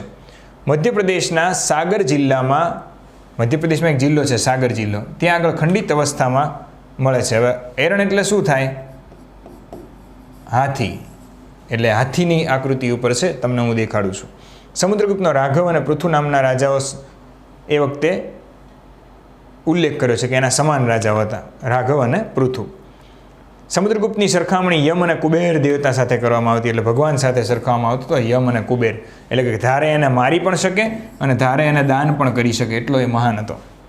નાલંદાથી સમુદ્રગુપ્તના તામપત્રો મળ્યા છે જેમાં પરમ ભાગવત તેનું નામ ઉલ્લેખિત છે. આ છે પ્રયાગ પ્રશસ્તિ સમુદ્રગુપ્તની, આટલું લખેલું છે સમુદ્રગુપ્ત વિશે. અને આ છે એનું એરણ અભિલેખ, કંઈક હાથીની આકૃતિ ઉપર એરણ અભિલેખ છે એ લખવામાં આવ્યો છે. યુ કેન સી હિયર, આ બધું લખાણ છે. તો પ્રયાગ પ્રશસ્તિ હરિસેન અને એરણનો અભિલેખ કોના સમયમાં શરૂઆત થયો હતો? એરણ અભિલેખ પાછળથી ઘણા ગુપ્ત રાજાઓ લખવાના છે, પણ શરૂઆત કોના સમયમાં થઈ હતી એવું પૂછે તો જવાબ આવશે સમુદ્રગુપ્ત. સમજાય છે? યાદ રાખવું પડશે આ બધું. હવે એના સિક્કાઓ જો મેં તમને આ સિક્કાઓ ફાઇન્ડ કરીને તમારી માટે મહેનત કરી છે કે તમને ઇઝીલી યાદ રહી જાય. જો એના હાથમાં શું છે? વીણા. તો વીણા વગાડતા સિક્કા છે એ કોના જોવા મળે છે? તો સમુદ્રગુપ્તના. તો સિક્કાઓ એક બાજુ વીણા વગાડતો સમુદ્રગુપ્ત અને મેં કીધું એમ બીજી બાજુ કોણ છે? સિંહાસન ઉપર બેઠેલા લક્ષ્મી દેવી. પછી એક એના અશ્વમેઘ યજ્ઞના સિક્કા છે. જો અશ્વ દોરેલો છે, બાંધેલો એક ઘોડો જોવા મળે છે. રાજમહર્ષિ દેવી સાથે અશ્વમેઘ પરાક્રમ, અશ્વમેઘ યજ્ઞ. અહીંયા આગળ એક રાજમહર્ષિ દેવી છે. રાજમહર્ષિ દેવી એટલે ઘણા લોકો એવું કહે છે કે એની પત્ની છે દત્ત દેવી, એનું એક નામ હતું, એનું નામ છે. ધનુષ બાણથી શીખ. પછી વ્યાઘ્ર હનન. વ્યાઘ્રન એટલે વાઘને હણવો. તો જો આ વાઘ છે અને આ ધનુષ્યથી એનું શિકાર કરી રહ્યા છે. તો વ્યાઘ્ર હનનના સિક્કા કોના જોવા મળે છે? તો પણ સમુદ્રગુપ્ત છે. ધનુષ બાણથી શિકાર કરતો હતો. મગરવાહિની. બીજી બાજુ શું છે? મગરવાહિની ગંગા સાથે સમુદ્રગુપ્ત અંકિત. તો ગંગા માતાનો પણ કોના સિક્કામાં ઉલ્લેખ પહેલી વખત જોવા મળે છે ઇતિહાસમાં? તો સમુદ્રગુપ્ત આવશે. સમુદ્રગુપ્ત ગુપ્ત વંશના સમયમાં જ ગંગાને માતાનો દરજ્જો મળ્યો. તો એ પહેલાં આપણે જોયું હતું ગંગા ફક્ત નદી તરીકે વૈદિક સાહિત્યમાં જોવા મળતી હતી. તો મગર ઉપર ઊભા છે ગંગા દેવી એવી માહિતી આપણને ક્યાંથી મળી? સમુદ્રગુપ્તના સિક્કા ઉપરથી. તો સમુદ્રગુપ્તના સિક્કા વીણા વગાડતા એક સિક્કો છે અશ્વમેઘ યજ્ઞનો, જીપીએસસી 2019માં આ જ પ્રશ્ન પૂછ્યો હતો. અને આ વ્યાઘ્રહનન, વાઘને અણતો. એના વ્યાઘ્રહનનના એક સિક્કામાં એક બાજુ એવું પણ લખેલું છે કે સમુદ્રગુપ્ત છે એ યમ એટલે કે યમરાજ છે અને સમુદ્રગુપ્ત કુબેર પણ છે. મેં જે ચર્ચા કરી એક સિક્કામાં એવું પણ લખેલું છે. હવે મિત્રો સૌથી અગત્યનો પ્રશ્ન જીપીએસસી 2014 વાળી એક્ઝામ જે 2016માં મેઇન્સ લેવાની હતી એમાં 5 માર્કનો પ્રશ્ન ઇતિહાસનું જેને પેપર હતું ઓપ્શનલ એમાં હતો કે દિનાર વિશે માહિતી આપો. તો ઘણા દિનાર એટલે શું કે કુવેત અને કતારના સિક્કાઓનું નામ ના મિત્રો. જો સમુદ્રગુપ્તના સુવર્ણ સિક્કાઓ છે એ દિનાર તરીકે પ્રસિદ્ધ થયા હતા. આથી ગુપ્ત યુગના સુવર્ણ સિક્કાઓને દિનાર કહેવામાં આવે છે. પરીક્ષામાં આવો પ્રશ્ન બની શકે, જીપીએસસી 1-2માં બની શકે. ગુપ્ત યુગના સિક્કાઓને નીચેનામાંથી કયું નામ આપવામાં આવ્યું હતું? તો જવાબ શું આવશે? દિનાર નામ આપવામાં આવ્યું હતું. ક્લિયર છે? ઓકે. સૌથી ઇમ્પોર્ટન્ટ પ્રશ્ન મને એવો લાગતો હોય 1-2 માટે તો એ આ છે. દિનાર સિક્કા કોના, કયા વંશના કહેવાય છે અથવા તો કોણે શરૂ કર્યા હતા? તો સમુદ્રગુપ્ત અથવા તો ગુપ્ત વંશ જવાબ આવશે. સમુદ્રગુપ્તના સિક્કામાં મેં તમને કીધું તો ગરુડ જોવા મળે છે. You can see here. તો ગરુડવાળા સિક્કા એની વાત કરીએ તો રાજાની આકૃતિ છે અને એની સાથે સમુદ્રગુપ્તનું નામ છે. આ રાજા સમુદ્રગુપ્ત, ગરુડ છે, ગરુડ ધ્વજની આકૃતિ છે, ગરુડ ધ્વજ. સિંહાસન બિરાજમાન દેવી છે. અહીંયા આગળ એમની પત્ની હોય એવું માનવામાં આવે છે દત્ત દેવી. નાગવંશ પર વિજયની માહિતી પણ આપણને ત્યાંથી મળે છે કે નાગવંશ જીતી લીધો હતો. પછી એક સિક્કા છે ધનુર્ધારી. નાગવંશની માહિતી હું તમને ચંદ્રગુપ્ત બીજાના સમયમાં ડિટેલમાં આપીશ. ધનુર્ધારી સિક્કા. તો આ ધનુર્ધારી સિક્કા હાથમાં ધનુષ્ય છે અને બીજી બાજુ સિંહ વાહિની સાથે સમુદ્રગુપ્તની ઉપાધિ છે, સિંહ વાહિની દેવી. હવે મિત્રો સિંહ વાહિની એટલે નીચે એમને સિંહ હોય છે એવી આકૃતિ જોવા મળે છે. હું તમને એવું કહું છું કે જે એના આ સિક્કા છે ધનુર્ધારી સિક્કા એમાં એવું લખેલું છે કે પૃથ્વી ઉપરના વિજય મેળવીને હવે રાજા સ્વર્ગના વિજયો મેળવા જાય છે. એટલે કહેવાય છે કે ઇન્દ્રને પણ કયા રાજાએ પ્રતિકાર ફેંક્યો હતો? તો એ ગુપ્ત વંશના રાજા સમુદ્રગુપ્તે એવી માહિતી મળે છે. હવે પછીના સિક્કા છે પરશુ પ્રકારના સિક્કા. પરશુ પ્રકારના સિક્કા એક પ્રકારના શાસ્ત્ર છે પરશુ, કદાચ પરશુરામના હાથમાં તમે જોયું હશે. એક બાજુ દેવીની આકૃતિ, એક બાજુ સમુદ્રગુપ્ત અને એમાં કૃતાંત પરશુ એવું નામ લખેલું છે. એ આ સિક્કા છે. આઈ થિંક ધનુષવાળો સિક્કો આ નથી, આ પરશુવાળો સિક્કો. હાથમાં પરશુ જોઈ શકો છો તમે.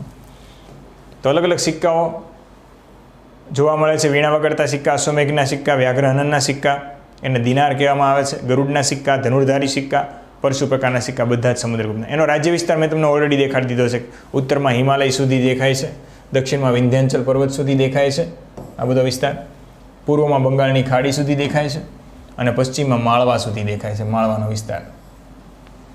સિંધ, પશ્ચિમી પંજાબ, કાશ્મીરથી રાજસ્થાનનો પશ્ચિમ ભાગ અને ગુજરાત સિવાયનો સમગ્ર અહીંયા આગળ સમજવાનું છે. ગુજરાત સિવાયનો તો ગુજરાત કોણ જીતશે? હવે એનો દીકરો જીતશે, ચંદ્રગુપ્ત બીજો.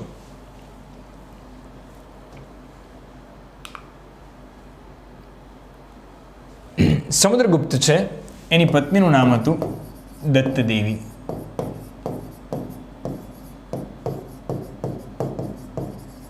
એને 2 દીકરા હતા, એક રામગુપ્ત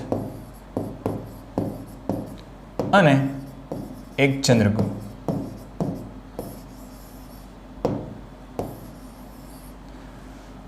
સમુદ્રગુપ્તનું અવસાન આશરે 375 ઈસવીસનમાં થાય છે એવું માનવામાં આવે છે. ત્યાર પછી મોટા પુત્રનું નામ હતું રામગુપ્ત. ગાદી રામગુપ્તના હાથમાં આવે છે અને આ છે ચંદ્રગુપ્ત બીજો, જેને આપણે વિક્રમાદિત્ય તરીકે ઓળખીએ છીએ. રામગુપ્ત નબળો શાસક હતો. રામગુપ્ત એટલો નબળો શાસક અને મોહમાયામાં પડેલો હતો કે ફક્ત ભોગવિલાસી બની ગયો હતો.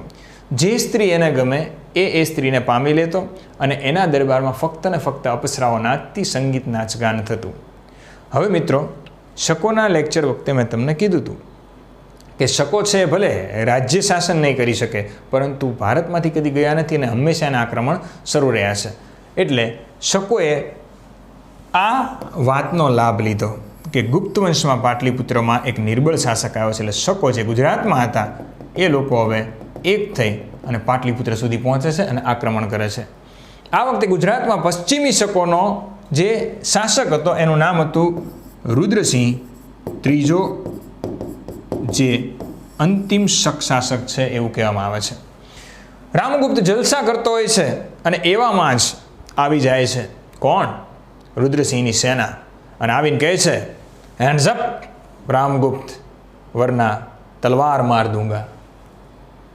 રામગુપ્ત ડરી જાય છે. રામગુપ્ત કહે છે કે યાર હું તો જલસા કરું છું ને આ કોણ આવી ગયું?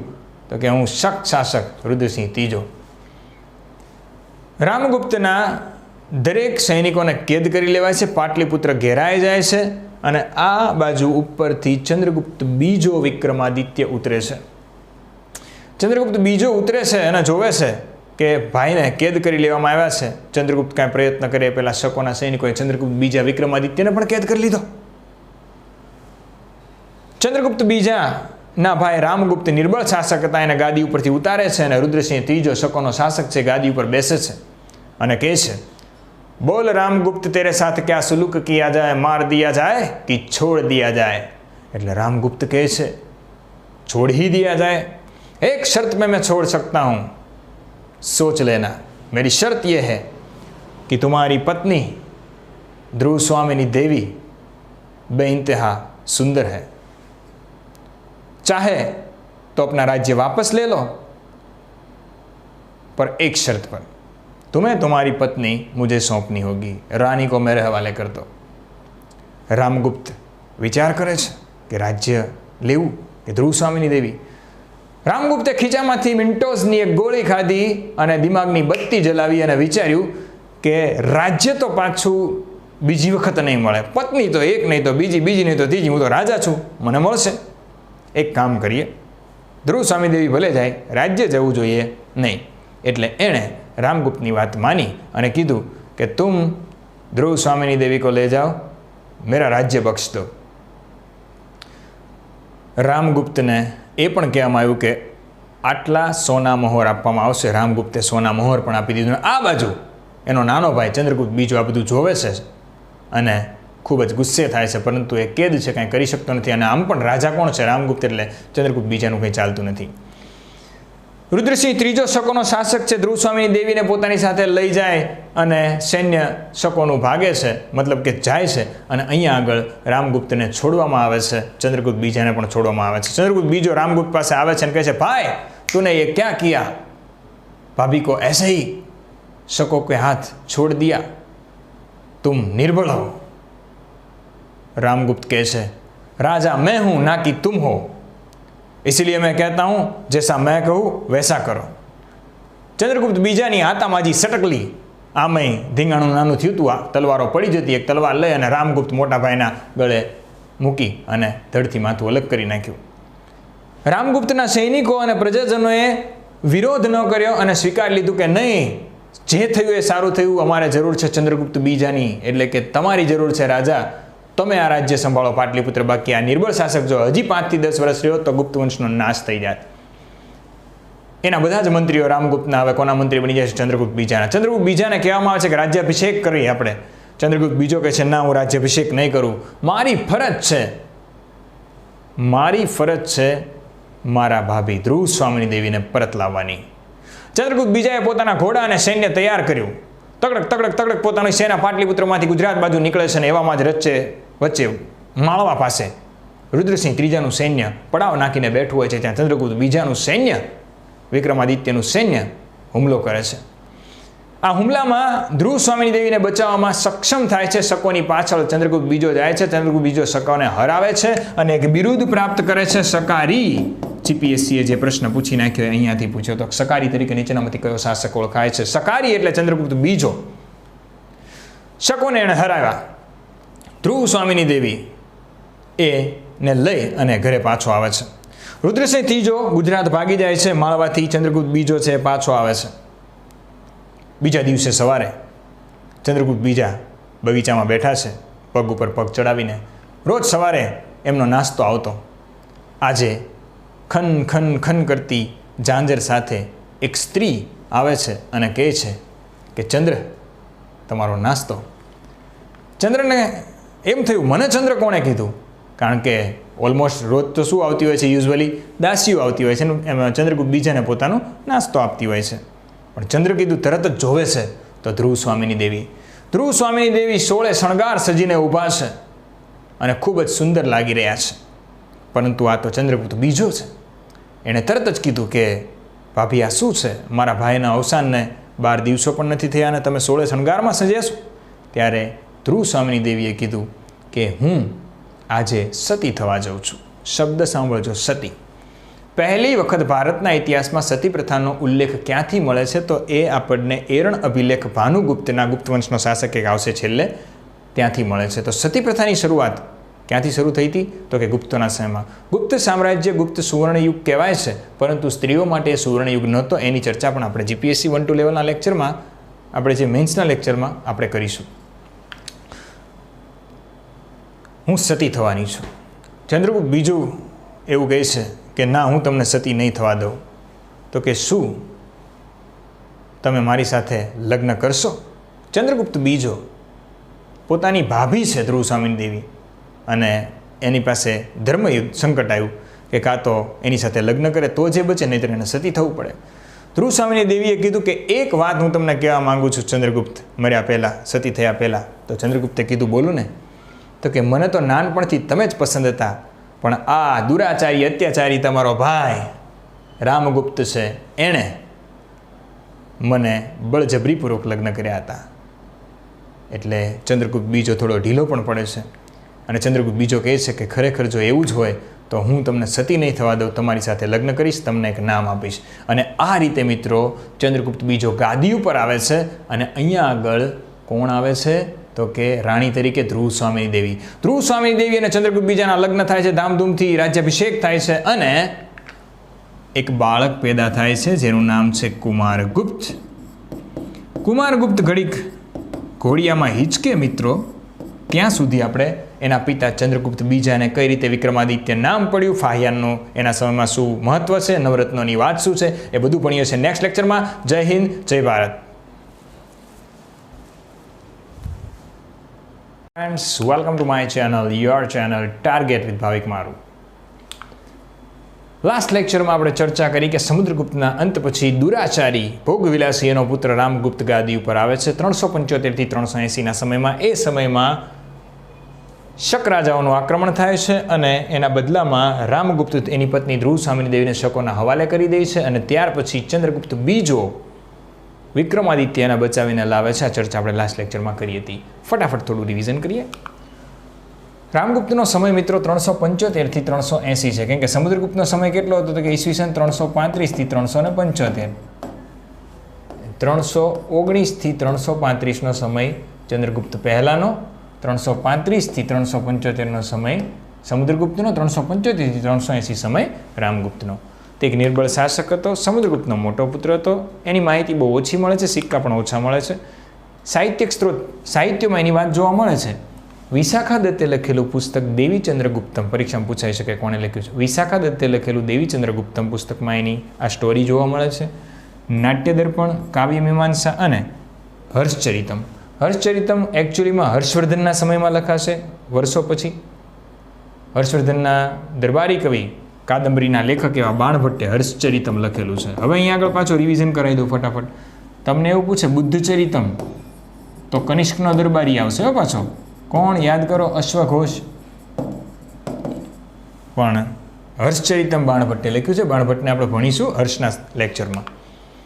શકો દ્વારા રામગુપ્તનો પરાજય, તેની પત્ની ધ્રુવ સામિદેવીની માંગણી, ચંદ્રગુપ્ત બીજા દ્વારા શક રાજા રુદ્રસિંહ ત્રીજો, છેલ્લો શક રાજા કોણ?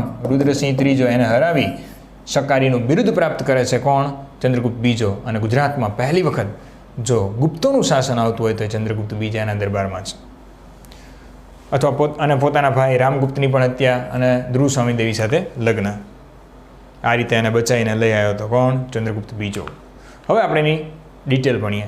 હવે તમે આ ચિત્ર જોઈ અને સમજતા હશો કે ભાઈ આ પાત્ર તમે જોઈ રહ્યા છો એ રામાયણના રામ છે. વાત તો સાચી જ છે, પરંતુ હાલમાં એ વિક્રમાદિત્ય બનેલા છે અને આ વેતાળ છે. વિક્રમ વેતાળની સિરિયલ દૂરદર્શન ઉપર આવતી, કદાચ તમે જોઈ હશે. પબજીનો જમાનો અત્યારે છે. મેં જેમ ચર્ચા કરી ગયા લેક્ચરમાં એમ કે આપણા સમયમાં એક સમયમાં વિક્રમ વેતાળ ને રામાયણ ને મહાભારત ને શક્તિમાન આ બધી સિરિયલો જોતા હતા. પરીક્ષામાં પૂછે ક્લાસ 3માં કે રામાયણમાં રામનું પાત્ર ભજવનાર વ્યક્તિનું નામ આપો, તો યાદ રાખજો અરુણ ગોવિલ અને સીતાનું દીપિકા. શા માટે આ પ્રશ્ન મેં તમને અત્યારે કીધો? કેમ કે તમે જુઓ જીએમસીની એક્ઝામ હોય કે ઘણી બધી એવી એક્ઝામમાં બોલિવૂડમાંથી અને ટીવીમાંથી પ્રશ્નો પૂછેલા છે. આપણને આવડવું જોઈએ. અને આમ પણ લોકડાઉનમાં બધાએ રામાયણ જ જોઈ છે તો પૂછી શકે. સમય કયો છે? તો કે ઈસવીસન 380થી ઈસવીસન 412. હવે ઘણી પુસ્તકોમાં તમને 413 પણ જોયેલું હશે. પરીક્ષામાં કોઈ દિવસ એક્ઝેક્ટ ટાઈમ નહીં પૂછે, કારણ કે એમનો એક્ઝેક્ટ સમય ઇતિહાસકારોને પણ નથી મળેલો. એણે કઈ કઈ ઉપાધિ ધારણ કરી હતી? તો પરમ ભાગવત. ગુપ્તો ભાગવત એટલે વૈષ્ણવ સંપ્રદાયના ફોલોવર હતા, એટલે દરેક રાજા પોતાને પરમ ભાગવત કહેતા. શકારી, શકોનો અંત કર્યો તો શકોને હરાવ્યા હતા રુદ્રસિંહ ત્રીજાને, એટલે શકારી કહેવાય છે. ભારતમાં જેટલા શકો જ્યાં જ્યાં વધ્યા હતા એ બધાને હરાવતો ગયો અને એક એક બિરુદ લેતો ગયો. શ્રી વિક્રમ, અજિત વિક્રમ, રથ વિક્રમ, પ્રતિરથ, વિક્રમાંક, અને એકંદરે આપણે ઇતિહાસમાં એને વિક્રમાદિત્ય તરીકે ઓળખીએ છીએ. તો ચંદ્રગુપ્ત બીજો એટલે કે વિક્રમાદિત્ય. હવે ઇતિહાસમાં કુલ 14 જેટલા વિક્રમાદિત્ય થઈ ગયા છે. એક પહેલા વિક્રમાદિત્ય જે માળવામાં થઈ ગયા, અને ત્યાર પછી એક છેલ્લો વિક્રમાદિત્ય એ અકબરને હરાવનારો હેમુ, કે જે છેલ્લો હિન્દુ રાજા કે જે દિલ્હીની ગાદી ઉપર બેઠો હોય, એની ચર્ચા આપણે અકબરના ઇતિહાસમાં કરીશું. તો આવા 14 થઈ ગયા. એમાં મહાનમાં મહાન કોઈ વિક્રમાદિત્ય પોપ્યુલર બન્યો હોય તો એ ગુપ્ત વંશનો ચંદ્રગુપ્ત બીજો હતો. હવે મિત્રો તમે સાંભળ્યું હશે વિક્રમ સંવત. તો વિક્રમ સંવત ક્યારે શરૂ થાય બધાને ખબર છે, ઈસવીસન પૂર્વે 57માં. જો તમારે અત્યારે કયો વિક્રમ સંવત ચાલે છે એ જાણવું હોય તો અત્યારે જે ચાલતી 2020 છે એમાંથી 57 વર્ષ બાદ કરી નાખો એટલે તમને આજનું વિક્રમ સંવત મળી જાય. વિક્રમ સંવત હિન્દુ ધર્મનું પંચાંગ ગણવામાં આવે છે. તો તમને ખબર હોવી જોઈએ કે વિક્રમ સંવત કોણે શરૂ કર્યું. એની સ્ટોરી કંઈક આવી છે.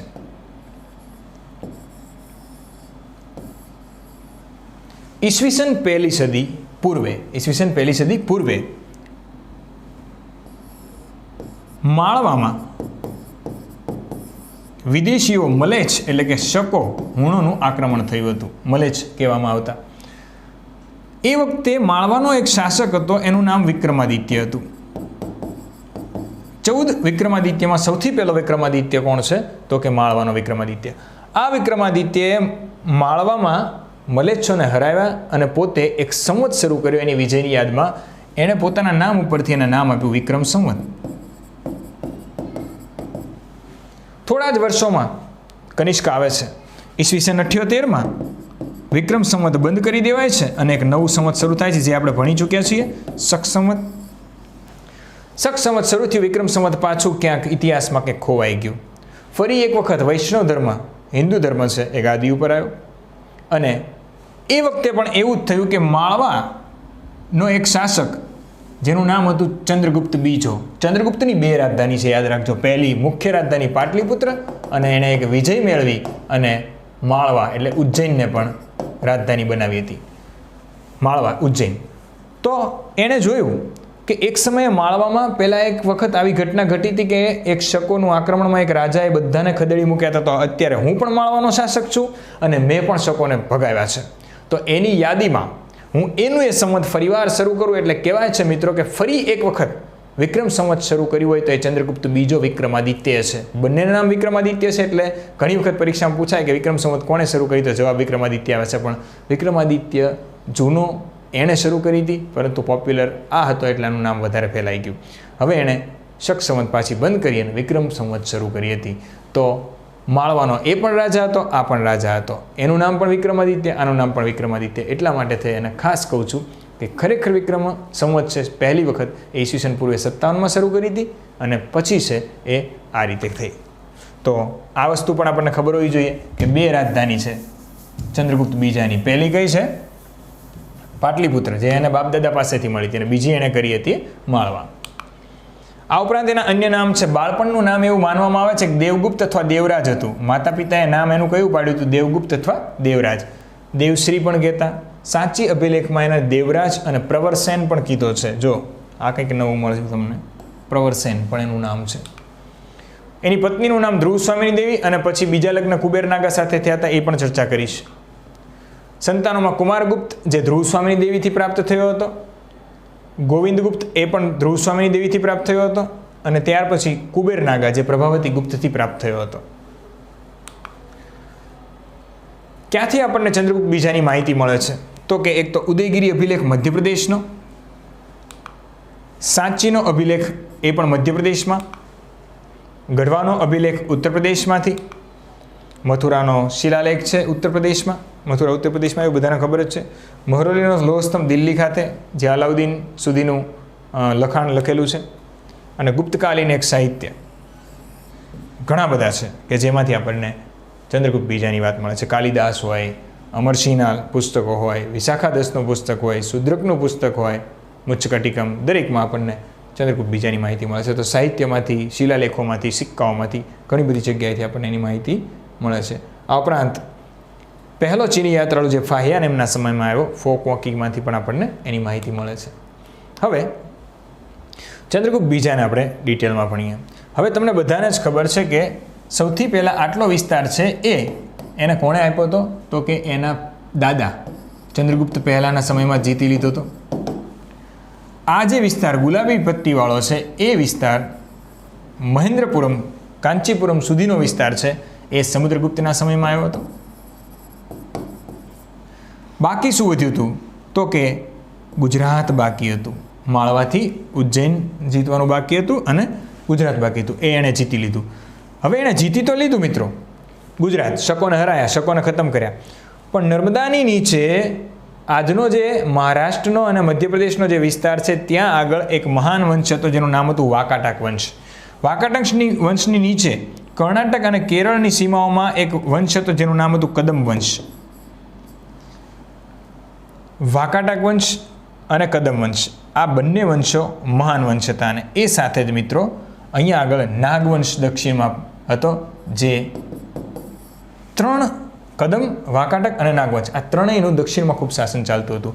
હવે આ ત્રણેય સાથે એને યુદ્ધ નહોતા કરવા, કેમ કે ત્રણેય પોતાની સ્થિતિમાં મજબૂત હતા. તો એણે લગ્ન સંબંધથી બહુ મોટા જે દક્ષિણના રાજ્યો હતા એની સાથે સારા સંબંધ કર્યા, એટલે આખા ભારતમાં એનું નામ રહ્યું. કઈ રીતે? તો જુઓ, નાગવંશની એક રાજકુમારી જેનું નામ હતું કુબેરનાગા, વિક્રમ વેતાળમાં જે હિરોઈન છે કુબેરનાગા છે, એની સાથે એને પ્રેમ થયો અને પ્રેમ લગ્ન કરી નાખ્યા. એટલે નાગવંશની રાજકુમારી કુબેરનાગા સાથે લગ્ન કરી નાગવંશ સાથેના સંબંધો સારા કર્યા. કુબેરનાગા અને ચંદ્રગુપ્ત બીજો એટલે કે વિક્રમાદિત્ય છે, બંનેના પ્રેમથી એને એક દીકરી પ્રાપ્ત થઈ જેનું નામ હતું પ્રભાવતી ગુપ્ત. અને તમને ખબર, વિક્રમાદિત્ય અને ધ્રુવ સ્વામિની દેવી છે, આ બંનેથી એમને પુત્ર પ્રાપ્ત થયો હતો જેનું નામ હતું કુમારગુપ્ત. પ્રભાવતી ગુપ્તના લગ્ન વાકાટક વંશ છે એના એક રાજકુમાર પ્રતાપરુદ્ર સાથે લગ્ન કરી નાખવામાં આવ્યા, એટલે વાકાટક વંશ સાથે સારા સંબંધો થઈ ગયા. લગ્ન કર્યાના થોડા જ વર્ષોમાં વાકાટંક્ષના રાજકુમાર પ્રતાપરુદ્રનું અવસાન થઈ ગયું, એટલા માટે હવે આ વાકાટક વંશની બધી જ જવાબદારી એની દીકરી પ્રભાવતી ગુપ્ત ઉપર આવી. એટલે પ્રભાવતી ગુપ્ત છે એણે પોતે વાકાટક વંશનું રાજ્ય વર્ષો સુધી ચલાવ્યું હતું પોતાના પિતા ચંદ્રગુપ્ત બીજાના આશીર્વાદ નીચે. તો એનો અર્થ એ થયો વાકાટક વંશ ભલે સ્વતંત્ર હતું, પરંતુ ખરેખર કોનો ભાગ હતો? ગુપ્ત સામ્રાજ્યનો, ચંદ્રગુપ્ત બીજાનો જ એક ભાગ હતો. પ્રભાવતી ગુપ્ત છે એ દક્ષિણમાં મિનળદેવી કહી શકાય. શા માટે? કે જે રીતે આપણા મિનળદેવીએ શાસન ચલાવ્યું હતું એના પતિના અવસાન પછી, એ જ રીતે અહીંયા આગળ કોણે કામ કર્યું છે? પ્રભાવતી ગુપ્તે. કુમારગુપ્તને પરણાવી દીધો કદમ વંશમાં, એટલે કદમ વંશ સાથે પણ સારા સંબંધ થઈ ગયા. તો નાગ વંશમાં પોતે જ પરણી ગયો ચંદ્રગુપ્ત બીજો. વાકાટક વંશ મહાન રાજ્ય હતું, એની સાથે કોને પરણાવવામાં આવી? એની દીકરીને. અને કદમ વંશ બાકી રહ્યું તો ત્યાં આગળ દીકરાને કુમારગુપ્તને પરણાવી દીધો.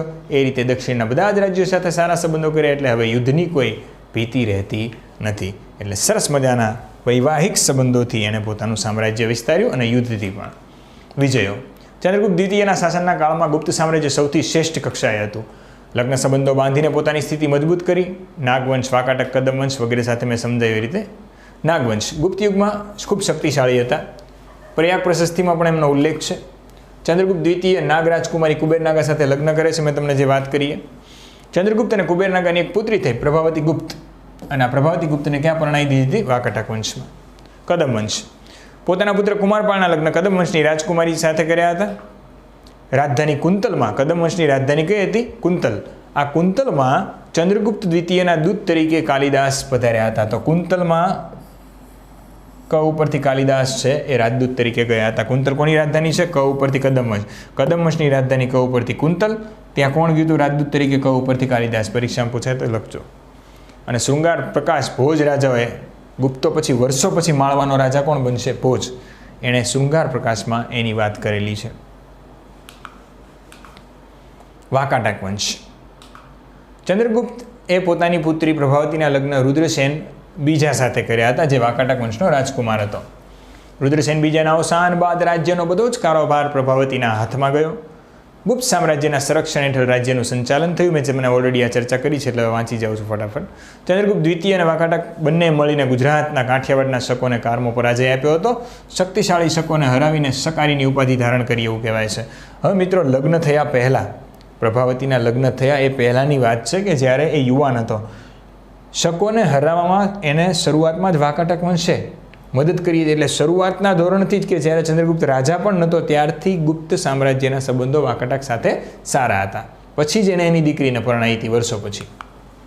તો પૂછે કે ગુજરાતને હરાવવામાં, ગુજરાતના શકોને હરાવવામાં ચંદ્રગુપ્તને કોણે મદદ કરી હતી? તો વાકાટક આવશે.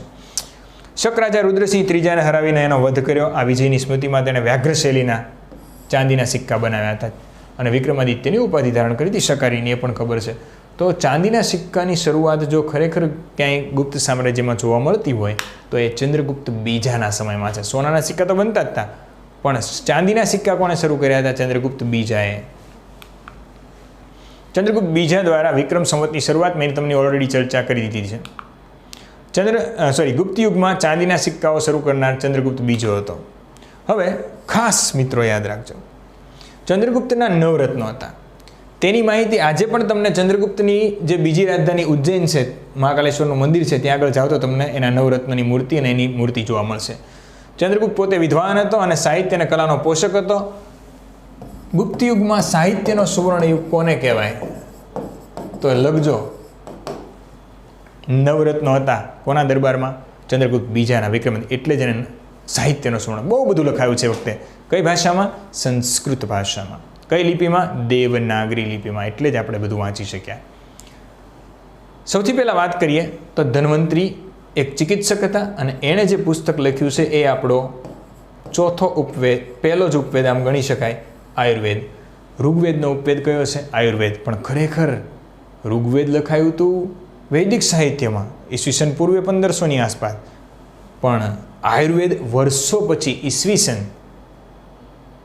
5મી સદીમાં લખાયું. એનો મતલબ કે વર્ષો પછી ઋગ્વેદનો ઉપવેદ બન્યો છે આયુર્વેદ. કોણે લખ્યો? ધન્વંતરી. હવે પરીક્ષામાં એવું પૂછાય આયુર્વેદના પિતા કોણ?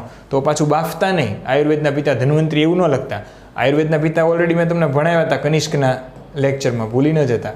ચરક. ઘટકર પર ઘટકર પર એક કવિ હતા, કાલિદાસ કવિ અને લેખક હતા. તો જુઓ, કાલિદાસનું પૂછાય, બીજા કોઈનું કાંઈ નહીં પૂછાય. કાલિદાસનું તમને વાત કરી દઉં. એક તો એમની મેઘદૂતમ, બહુ પ્રખ્યાત નવલકથા, અભિજ્ઞાન શાકુંતલમ,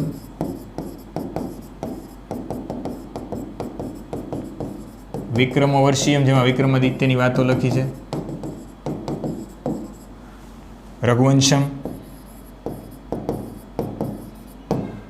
કુમાર સંભવમ, કુમારગુપ્ત વિશે માહિતી મળે છે,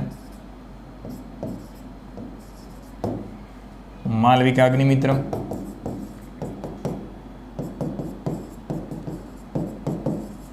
વગેરે કાલિદાસની વાતો છે. વરાહમિહિર છે એની પણ આપણને 2 પુસ્તકો જોવા મળે છે. પહેલી પંચ સિદ્ધાંતિકા. પંચ સિદ્ધાંતિકા છે એમાં એ સમયે ખગોળશાસ્ત્ર, અવકાશ વિજ્ઞાનની વાતો કરી નાખી હતી. વિચાર કરો કે આપણું વિજ્ઞાન પહેલેથી આગળ છે, પરંતુ આપણે વિજ્ઞાનની બદલે અંધશ્રદ્ધાને જ હંમેશા આગળ લીધું છે. એટલે અત્યારે પૂછે ખગોળશાસ્ત્રી મહાન કોણ, તો કે કોપરનિક્સ. પણ ખરેખર આપણે અહીંયા વરાહમિહિર અને આર્યભટ્ટ થઈ ગયા છે.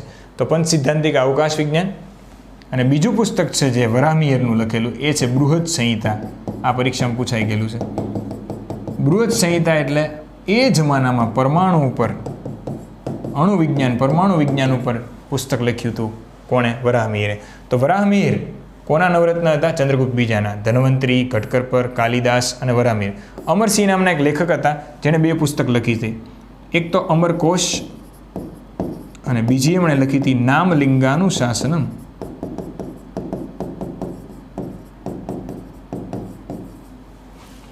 ક્ષપણક જ્યોતિષાચાર્ય હતા. નવરત્નોમાં જ્યોતિષાચાર્ય કોણ હતો? ક્ષપણક. ત્યાર પછી વરુરુચિ સંસ્કૃત વ્યાકરણ શાસ્ત્રી હતા. વૈતાલ ભટ્ટ મંત્રશાસ્ત્ર, અને એમણે વૈતાલ 25 લખી હતી, જેમાં ભૂત પિચાસની વાતો હતી, જેના ઉપરથી આ બધી સિરિયલ બની, વિક્રમ વેતાળ. વિદુષી શંકુ, એટલે કે શંકુ વિદુષી હતો.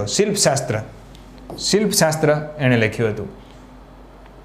હવે મિત્રો, જો શિલ્પ વેદ નથી, શિલ્પશાસ્ત્ર છે. નવરત્નો તો આપણને આવડવા જોઈએ. સૌથી પહેલાં કાલિદાસને યાદ રાખીશું. કાલિદાસ, અમરસિંહ, વરાહમિહિર.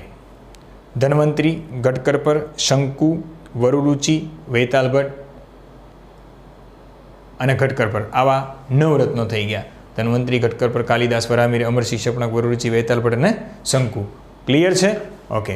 નવરત્નો કોના દરબારમાં હતા? જોઈ શકો છો, ચંદ્રગુપ્ત બીજો બેઠો, આ એના નવરત્નો બેઠા છે.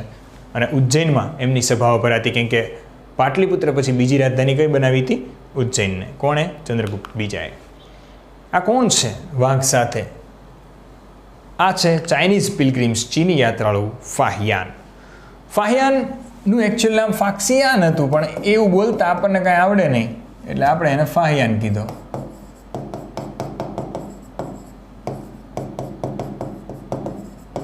આ ફાહિયાન છે એણે ફ ઉપરથી એક પુસ્તક લખ્યું હતું, એટલે તમને યાદ રહી જાય. ફો ક્વો કી. એ ચાઇનીઝ બોલે ને, ફો ક્વો કી, નોટ ક્યો કી. બરાબર? ફો ક્વો કી. પુસ્તકોમાં ક્યાંક ક્યો લખ્યું હોય, ક્યો નહીં, ક્વો કી. હવે ફાહિયાનની ડિટેલમાં ચર્ચા છે, આપણે જીપીએસસી લેવલે મેન્સમાં આવે કે ભાઈ 3 ચીની યાત્રાળુ છે, એનું વિવરણ ખબર હોય જોઈએ, પછી કરીશું. ચંદ્રગુપ્ત બીજાના દરબારમાં પ્રથમ ચીની યાત્રાળુ ફાહિયાન આવ્યો. પૂછે કે ભાઈ સૌથી પહેલો ચીની યાત્રાળુ ભારતમાં કોણ આવ્યો? તો ફાહિયાન. એ ખેબર ઘાટ થઈને આવ્યો હતો, હિમાલયના. ચંદ્રગુપ્ત દ્વિતીયનો શાસનકાળ કલા અને સાહિત્યનો સુવર્ણયુગ મનાય છે. ફાહિયાનની ફોકોકીની નોંધ મુજબ ચંદ્રગુપ્ત વૈષ્ણવ ધર્મી હતો, એટલે જ આપણે એને કહીએ છીએ કે ગુપ્તો કેવા હતા? વૈષ્ણવ હતા. વૈષ્ણવ ધર્મી હોવા છતાં અન્ય ધર્મો પ્રત્યે આદરભાવ રાખતો હતો. એ કઈ રીતે ખબર પડે? જો એનો સેનાપતિ છે એ પોતે જ ઓમકારદેવ, એના સેનાપતિનું નામ હતું. એ બૌદ્ધ ધર્મી હતો. એને એવું નહોતું કીધું કે તું ફરજિયાત વૈષ્ણવ ધર્મ પાળ જો તારે મારો સેનાપતિ રહેવું હોય તો. એટલે એ સહિષ્ણુ હતો, સેક્યુલર. પર રાજ્યમંત્રી એટલે વિદેશ મંત્રી હતો વરસેન, એ પાછો શૈવ ધર્મી હતો, એ વૈષ્ણવ નહોતો. તેની રાજધાની પાટલીપુત્રમાં અનેક બૌદ્ધ મઠ બાંધેલા હતા. ચંદ્રગુપ્તે પાટલીપુત્ર ઉપરાંત ઉજ્જૈનને બીજી રાજધાની બનાવી હતી. હવે એના સિક્કાઓ, જો ફાહિયાનની વાત આવી ગઈ, નવરત્નોની વાત આવી ગઈ, ત્યાર પછી આપણે એના સંબંધો જોઈ લીધા, લગ્ન સંબંધો કઈ રીતે કર્યા હતા. હવે એના પ્રશ્નો પૂછાય છે એક્ઝામમાં સિક્કામાંથી, તો આપણે એને કયા કયા સિક્કા બહાર પડ્યા તો એની ચર્ચા કરીએ. તેના સિક્કાઓ સોના, ચાંદી અને તાંબાના 3 પ્રકારના જોવા મળે છે. સિંહના આકારનું દૃશ્ય અંકિત કરેલા સિક્કાઓ આપણને જોવા મળે છે. એ સિંહનો શિકાર કરતો હોય પરમ ભાગવત અંકિત કરેલું છે, એટલે કે એના જે પિતા સમુદ્રગુપ્ત જે એણે સિક્કાઓ બહાર પાડ્યા હતા સિંહના શિકારના. શક વિજય ઉપર જે વિજય મેળવ્યો એના સિક્કા બહાર પાડ્યા હતા એણે વિક્રમાદિત્ય. પછી એક અશ્વ સવારનું દૃશ્ય અંકિત કરેલા સિક્કાઓ કે ઘોડા ઉપર બેઠો હોય. ગુપ્તોમાં એકમાત્ર રાજા કે જે ઘોડા ઉપર બેઠીને સિક્કા બહાર પડાવ્યા હતા એ પાછો વિક્રમાદિત્ય એક જ હતો, ચંદ્રગુપ્ત બીજો. એટલે એ પૂછાય, ઉપરનું પરીક્ષામાં ન પૂછાય, કેમ કે એના બે જવાબ આવે. અશ્વ પર સવાર રાજાની આકૃતિ, મહારાજા ધીરાજ, ચંદ્રગુપ્ત અને પરમ ભાગવત અંકિત લખેલું છે. એ ભાઈ પરમ ભાગવત લખ્યું, ચંદ્રગુપ્ત લખ્યું અને મહારાજા ધીરાજ. દેવી સાથે અજીત વિક્રમ અંકિત કરેલું છે. એક એવું પણ એનો સિક્કો છે જેમાં એની સાથે એક દેવી છે અને અજીત વિક્રમ લખેલું છે. ધનુર્ધારી દ્રશ્ય અંકિત કરેલા સિક્કાઓ જોવા મળે છે. ધનુષબાણ ધારણ કરેલા રાજા ગરુડધ્વજ સાથે પછી મહારાજા ધીરાજ, ચંદ્રગુપ્ત લખેલું. હવે જેવા સમુદ્રગુપ્તના સિક્કા હતા ને એવા જ એના સિક્કા બહાર પડ્યા હતા. સમુદ્રગુપ્તના સિક્કામાં સમુદ્રગુપ્ત લખ્યું હતું અને આના સિક્કામાં શું લખ્યું હતું? ચંદ્રગુપ્ત લખ્યું હતું. બીજો ન લખ્યું હોય, કેમ કે એને નહીં ખબર હોય કે મને ભવિષ્યમાં ચંદ્રગુપ્ત બીજો કહે છે. એને તો ચંદ્રગુપ્ત જ કીધું હોય, હે ને. લક્ષ્મી દેવી સાથે શ્રી વિક્રમ લખેલું છે. તમને ખબર છે ગુપ્તમાં લક્ષ્મી દેવી તો જોવા મળશે. આ પ્રકારના સિક્કાઓ સૌથી વધુ પ્રમાણમાં મળી આવ્યા છે. કેવા? તો કે લક્ષ્મી દેવીવાળા શ્રી વિક્રમ લખેલા સૌથી વધુ. એનો દીકરો કોણ? કુમારગુપ્ત. એ આપણે હવે નેક્સ્ટ લેક્ચરમાં જોઈએ છે. આશા રાખું છું આ લેક્ચરમાંથી ચંદ્રગુપ્ત બીજાના કોઈ પણ પ્રશ્ન પરીક્ષામાં પૂછાય, જીપીએસસી 1-2ની પ્રિલિમ હોય કે પછી ક્લાસ 3ની એક્ઝામ હોય, આપ સર્વ લોકોને આવડશે. જય હિન્દ, જય Bharat. And welcome to my channel, your channel Target with Bhavik Maru. Chandragupta બીજો, વિક્રમાદિત્ય, શકારી, વિક્રમાંક, અજીત વિક્રમ, દેવરાજ, દેવર્ષિ, પ્રવરસેન ના લગ્ન પહેલા ધ્રુવ સ્વામીની દેવી સાથે થયા અને પછી કુબેરનાગા સાથે. ધ્રુવ સ્વામીની દેવીથી એને એક પુત્ર પ્રાપ્ત થયો હતો જેનું નામ છે કુમારગુપ્ત. આ કુમારગુપ્ત છે એના ઇતિહાસમાં બે નામ પ્રસિદ્ધ છે. એક છે મહેન્દ્રાદિત્ય અને એક છે શક્રાદિત્ય. પરીક્ષામાં પૂછાય, જવાબ લખીને આવજો. મહેન્દ્રાદિત્ય અને શક્રાદિત્ય બંને નામ કોના હતા? કુમારગુપ્તના વિક્રમાદિત્યના દીકરાના. પરિવાર બોલું છું. મહેન્દ્રાદિત્ય અને શક્રાદિત્ય કોના નામ હતા? કુમારગુપ્તના. હવે કુમારગુપ્તને પહેલાં કેમ યાદ રાખો ને એ જરાક જોઈ લો. સોરી, અહીંયાથી કુમારગુપ્ત ક ઉપરથી કાર્તિકેયન નો ઉપાસક હતો. શંકર ભગવાનના દીકરા કાર્તિકેયનના ઉપાસક હતો. હવે કાર્તિકેયન છે એનું વાહન કયું? મોરનું.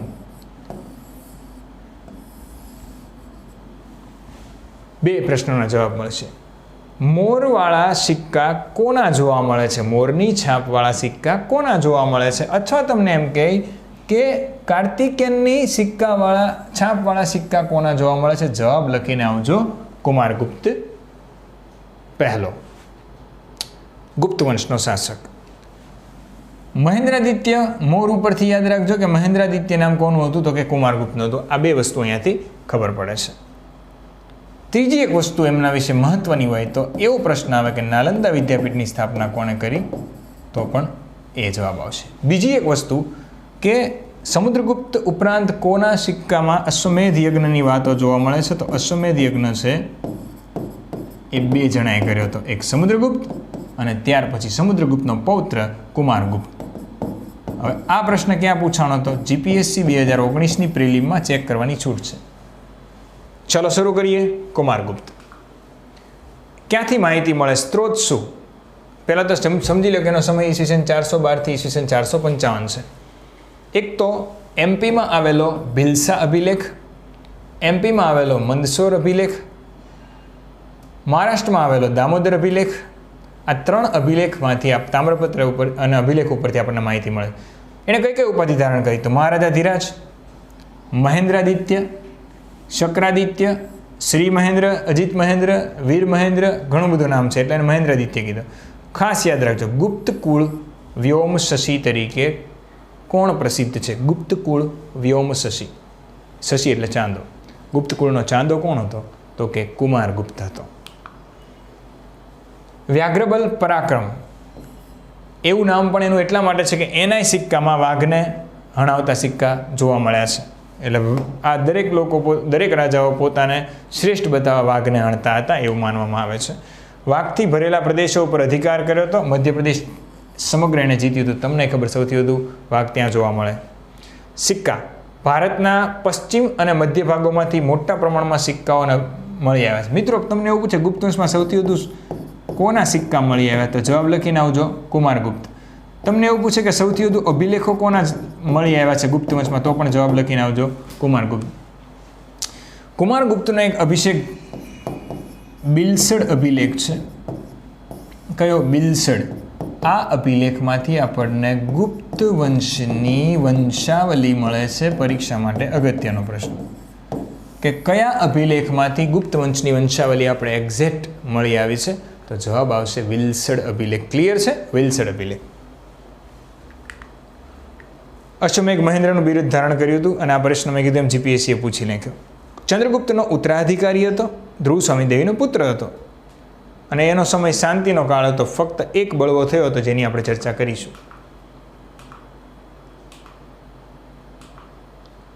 પુષ્યમિત્રનો બળવો. કયો બળવો? પુષ્યમિત્રનો. તેના શાસનકાળમાં અંતિમ વર્ષોમાં નર્મદા નદીના ખીણ પ્રદેશમાં મેકલા પ્રદેશમાં, એમપીનો મેકલા પ્રદેશ છે, ત્યાં પુષ્યમિત્ર એક જાતિ હતી. જો પુષ્યમિત્ર રાજાનું એક નામ થઈ ગયું જેણે મૌર્યનો અંત કર્યો હતો. આ જાતિ છે, એણે બળવો કર્યો હતો. આ બળવો સમાવવા માટે કુમારગુપ્તનો દીકરો સ્કંદગુપ્ત છે એ જાય છે. સ્કંદગુપ્ત એને હરાવે છે. આ માટે તેને આખી રાત જમીન પર સૂઈને રાત પસાર કરવી પડી હતી. કોને? તો કે સ્કંદગુપ્તને. એટલો જોરદાર એ બળવો હતો. એના સિક્કામાં સોનાના સિક્કાઓ સૌથી વધુ મળે છે. સિક્કા પર તેને વ્યાઘ્ર પરાક્રમ તરીકે દર્શાવ્યો છે. સિક્કા ઉપર કાર્તિકેય તથા મોરની આકૃતિઓ જોવા મળે છે. એનાથી સાબિત થાય કાર્તિકેયનો ભક્ત હતો. અશ્વમેઘ પ્રકારના સિક્કા પણ મળી આવ્યા છે. યજ્ઞ કરાયો તો એવું કહી શકાય. વૃદ્ધ રાજા અને યુવાન રાણી. જો એના સિક્કાઓમાં વૃદ્ધ રાજા અને યુવાન રાણી એના સિક્કા ઉપરથી એવું પ્રતીત થાય છે કે વૃદ્ધાવસ્થામાં પણ એ ભોગવિલાસી હતો અને ઘણા લગ્ન કરતો હતો. આથી પશ્ચિમ ભારતમાં ગુપ્ત સામ્રાજ્યની હુકુમત ઓર છે.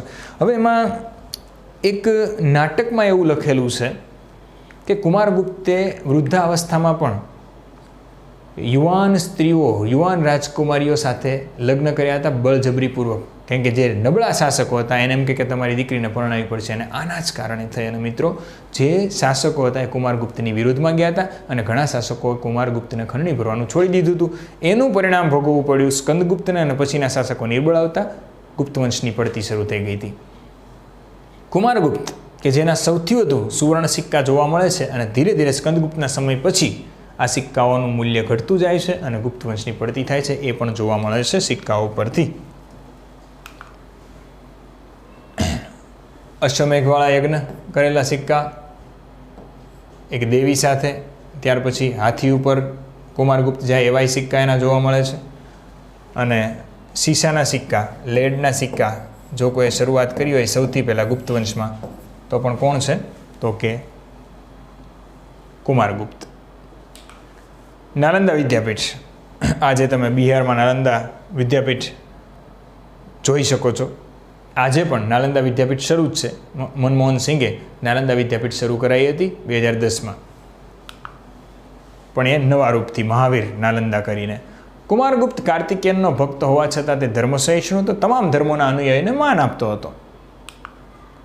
કુમારપાળે મગધમાં બૌદ્ધ શિક્ષાનો ફેલાવો કરવા માટે નાલંદા વિદ્યાપીઠની સ્થાપના કરી હતી. પરીક્ષામાં બહુ જ વખત પૂછાયેલો છે કે નાલંદા વિદ્યાપીઠની શરૂઆત કોણે કરી હતી? તો લખીને આવજો કુમારગુપ્ત. એનો અંત કોણે કર્યો હતો? તો બખ્તિયાર ખિલજીએ મોહમ્મદ ઘોરીના આક્રમણ વખતે. UN સાંગના જણાવ્યા મુજબ આ વિદ્યાપીઠનો પાયો ગુપ્ત વંશના રાજા શક્રાદિત્ય એટલે કે કુમારગુપ્તે નાખ્યો હતો. તેણે ત્યાં એક મઠ બંધાવેલો. તેના પુત્ર બુદ્ધગુપ્ત રાજે, સ્કંદગુપ્તનું બીજું નામ છે, બરાબર, બુદ્ધગુપ્ત રાજે સંકુલનો વિસ્તાર કરેલો. તેમના વારસદારો બાલાદિત્ય રાજે અને વ્રજે વિદ્યાપીઠનું સંપૂર્ણ કામ પૂરું કર્યું હતું. એટલે કે વર્ષો લાગ્યા હતા. એ આ ઉપરથી ખબર પડી જાય છે UN સાંગના વિવરણ ઉપરથી કે વર્ષો પછી નાલંદા વિદ્યાપીઠ બની હતી. મહાવિદ્યાલયમાં 7 મોટા ખંડ, 300 નાના ખંડ હતા. આ ઉપરાંત 11 વિહારો કે જ્યાં આગળ ઋષિમુનિઓ રહેતા, અનેક બહુમાળી સ્તૂપો હતા અને મંદિરો પણ ત્યાં આગળ જોવા મળતા હતા. વિદ્યાભ્યાસ માટે ત્યાં વિશાળ ખંડો, ભણવા માટે, ચિંતન માટે ગુફાઓ તથા ધર્મગંજ નામનું એક વિશાળ પુસ્તકાલય નાલંદા વિદ્યાપીઠના પુસ્તકાલય મુખ્ય જે હતું બિલ્ડિંગ, એનું નામ ધર્મગંજ હતું. ત્યાં અલગ અલગ 3 પુસ્તકાલય હતા. એમાં એક હતું રત્નસાગર, એક રત્નોદધિ અને રત્નરંજન નામના 3 ભવ્ય મહેલો હતા, એટલે કે લાઇબ્રેરી હતી. તો જો મુખ્ય જે મહેલ હતો લાઇબ્રેરી માટે, એનું નામ ધર્મગંજ હતું. 3 અલગ અલગ અંદર લાઇબ્રેરીઓના પાઠ પાડેલા હતા. એક તો કે રત્નસાગર, એક રત્નદધિ અને ત્રીજું હતું રત્નરંજન. આ જીપીએસસીમાં પૂછાઈ ગયેલું છે, લખવું હોય તો લખી નાખજો. આ 3 મહેલને 9-9 માળ હતા, બરાબર. હવે તમને નાલંદા વિદ્યાપીઠ છે એની લાઇબ્રેરી વિશે પૂછે તો એ 5 માર્કમાં લખી શકો તમે, મેઇન્સમાં જ્યારે જાઓ ત્યારે, તો એ આની ઉપરથી તમે લખી શકો. આ વિદ્યાપીઠ ઉપર ઘણા આક્રમણ થયા હતા, પરંતુ અંતે મોહમ્મદ ઘોરીના એક સેનાપતિ બખ્તિયાર ખિલજી દ્વારા એનો અંત આવ્યો હતો 12મી સદીમાં. આ મેં ચર્ચા ઓલરેડી તમને કરી દીધી છે કે કોણે નાલંદા વિદ્યાપીઠનો અંત કર્યો.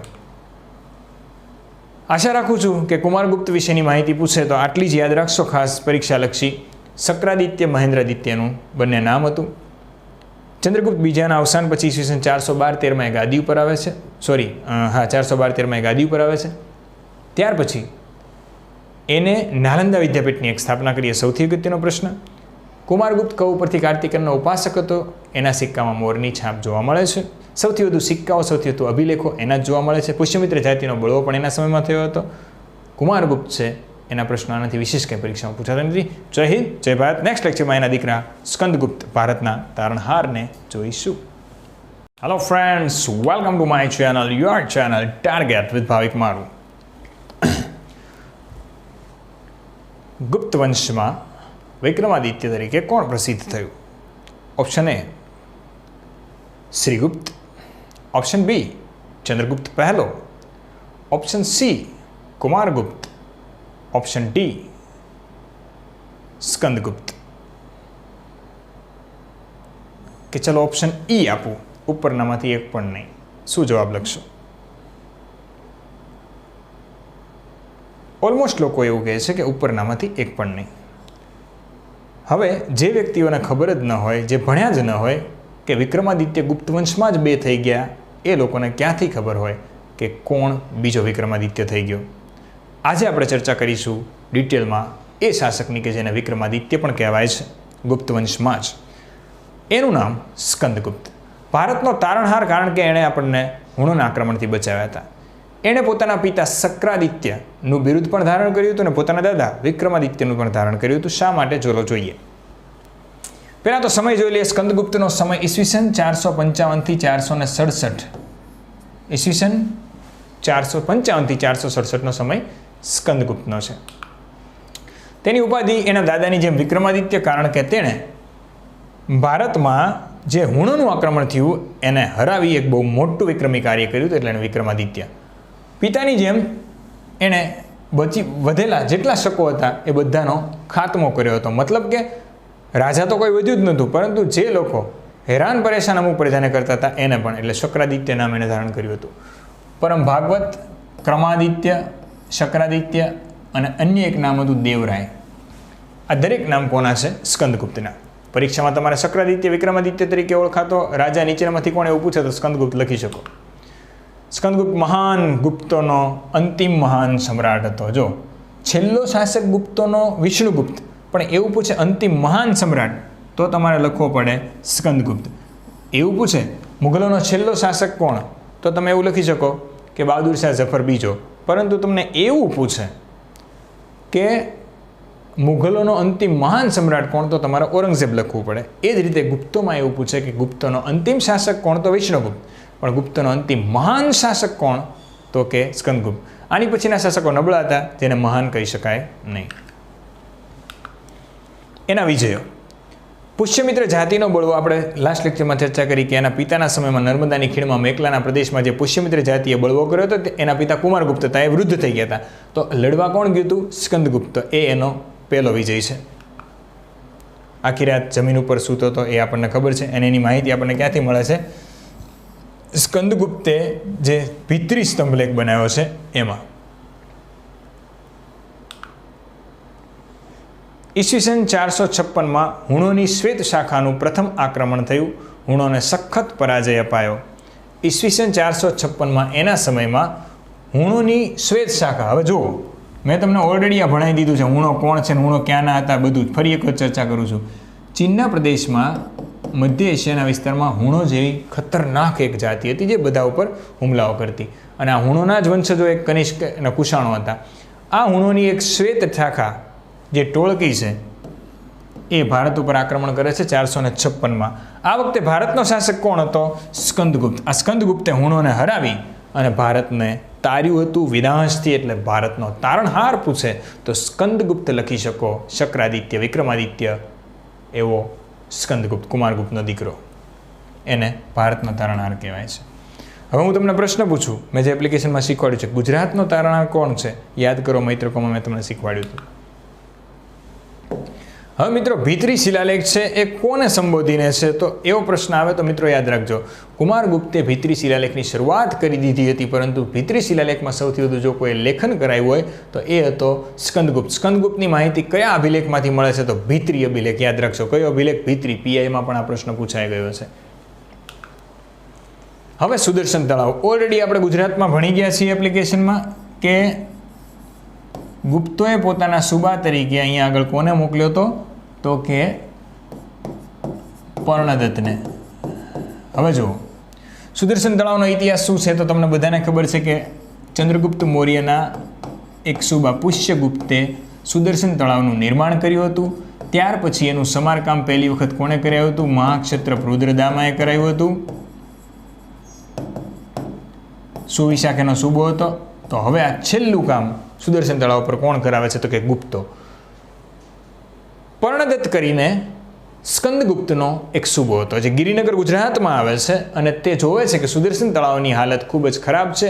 એટલે સુદર્શન તળાવનું સમારકામ કરાયું હોય સ્કંદગુપ્તના સમયમાં તો એ પર્ણદત્તના પુત્ર ચક્રપાલિતે, કારણ કે પર્ણદત્ત છે એનું અવસાન થઈ ગયું હતું, એટલે કામ બધું જ જો પૂરું કરાયું હોય તો કોણે? ચક્રપાલિતે. તો ચક્રપાલિતના સમયમાં, એટલે કે સ્કંદગુપ્તના સમયમાં ચક્રપાલિતે સુદર્શન તળાવનું સમારકામ કરાયું હતું અને એક મંદિર પણ બાંધ્યું હતું. ઓલરેડી આપણે ભણી ગયા છીએ. સૌરાષ્ટ્રમાં જૂનાગઢમાં દામોદર કુંડ પાસે આવેલો સ્કંદગુપ્ત શિલાલેખ સંસ્કૃત ભાષામાં અને બ્રાહ્મી લિપિમાં છે. 3 શિલાલેખ છે, એક અશોકનો, એક રુદ્રદામાનો અને ત્રીજો સ્કંદગુપ્તનો. એ આપણે ઓલરેડી ભણી ચૂક્યા છીએ ને ગુજરાતના ઇતિહાસમાં. ગુપ્તોની રાજભાષા કઈ હતી? સંસ્કૃત. એટલે એની ભાષા સંસ્કૃત અને લિપિ કઈ હતી? બ્રાહ્મી. બ્રાહ્મી લિપિમાં કોતરાયો હતો. સ્કંદગુપ્તના સમયમાં ગિરનાર પાસે આવેલો સુદર્શન તળાવનો બંધ ભારે વરસાદના કારણે તૂટી ગયો હતો. સ્કંદગુપ્તના સૌરાષ્ટ્રના સુબા પર્ણદત્ત અને તેના પુત્ર ચક્રપાલિતે તેને પુનઃ સમારકામ કરાયું. ચક્રપાલિતે ત્યાં પોતાનું નામ શું છે? ચક્ર. અને કોને માનતા હતા? વિષ્ણુને. તો ચક્રધારી વિષ્ણુ મંદિર પણ બનાવ્યું હતું. ચક્રધારી વિષ્ણુનું મંદિર કોણે બનાવ્યું હતું? તો ચક્રપાલિતે. કોનો સુબો હતો? સ્કંદગુપ્તનો. ક્યાં આગળ? તો કે સુદર્શન તળાવ, ગિરિનગર, જુનાગઢ. તેના કાર્યોની નોંધ જુનાગઢના શિલાલેખમાં ઓલરેડી મોજૂદ છે.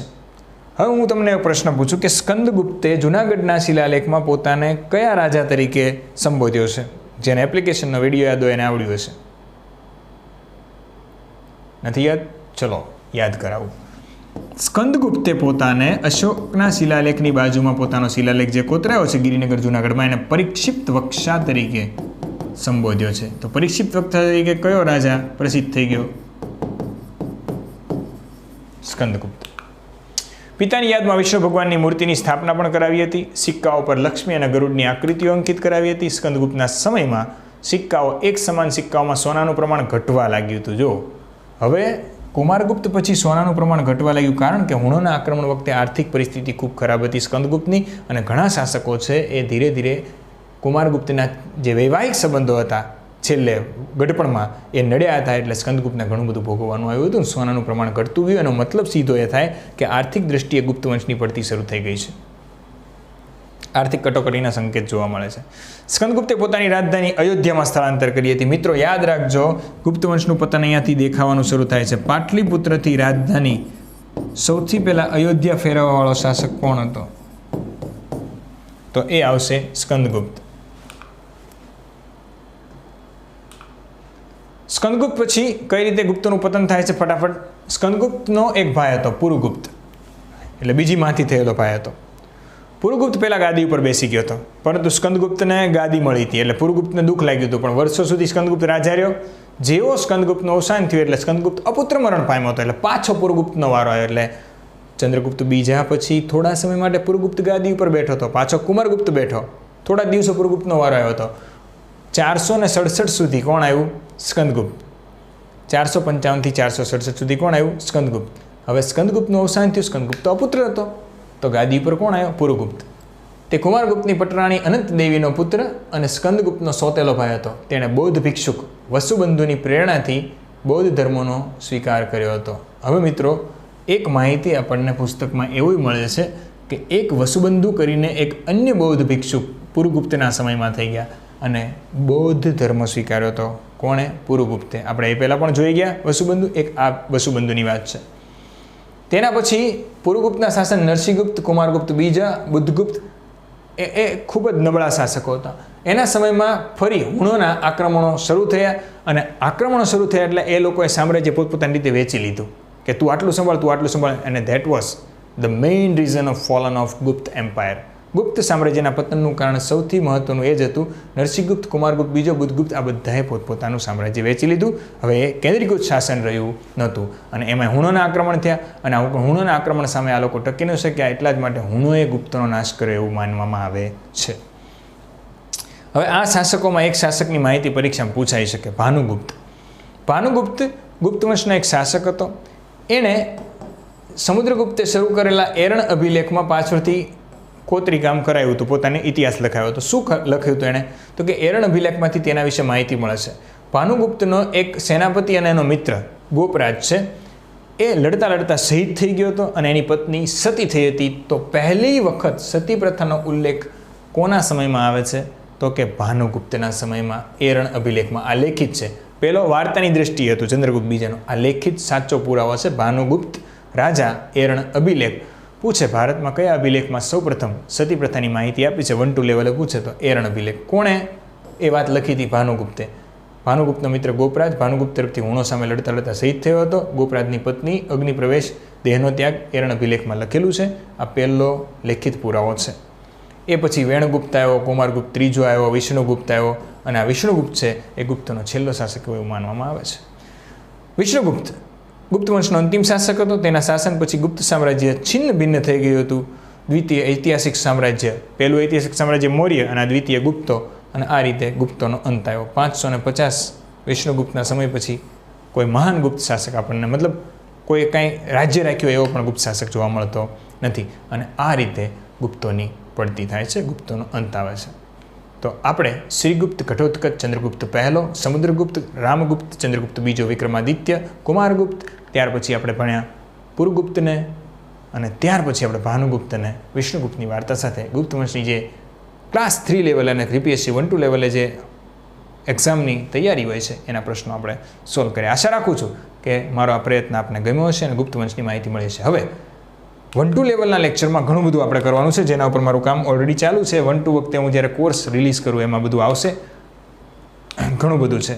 બટ અત્યારે હું હજી બનાવું છું અને યુ મસ્ટ નો કે આ બહુ ટાઈમ લઈ લેતું હોય છે. તમને લાગે એટલું સહેલું નથી.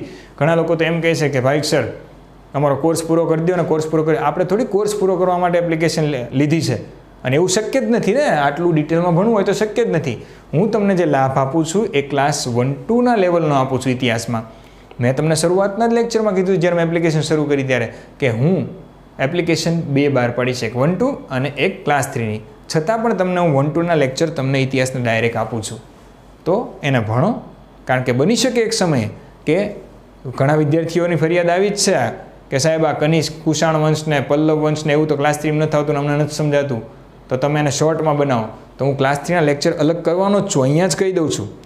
પણ અત્યારે જે લોકો પાસે આ 1-2ના લેક્ચર પહોંચે છે એ લોકો ભણી લો, કેમ કે બની શકે કે એપ્લિકેશનમાંથી આ વિડીયોઝ છે એ નીકળી જશે અને એ ફક્ત 1-2ના સિલેબસમાં મૂકી દે છે. એટલે જેને 1-2નું ભણવું હોય એ 1-2નું જ ભણે અને ક્લાસ 3નું ભણવું હોય એ ક્લાસ 3નું. સુપર ક્લાસ 3 અને 1-2 માટે અલગ ઇતિહાસનું મૂકવાનો છું એક પોર્શન, એમાં બધા લેક્ચર વયા જશે અને પાછો ક્લાસ 3 માટે શોર્ટમાં હું બનાવવાનો છું.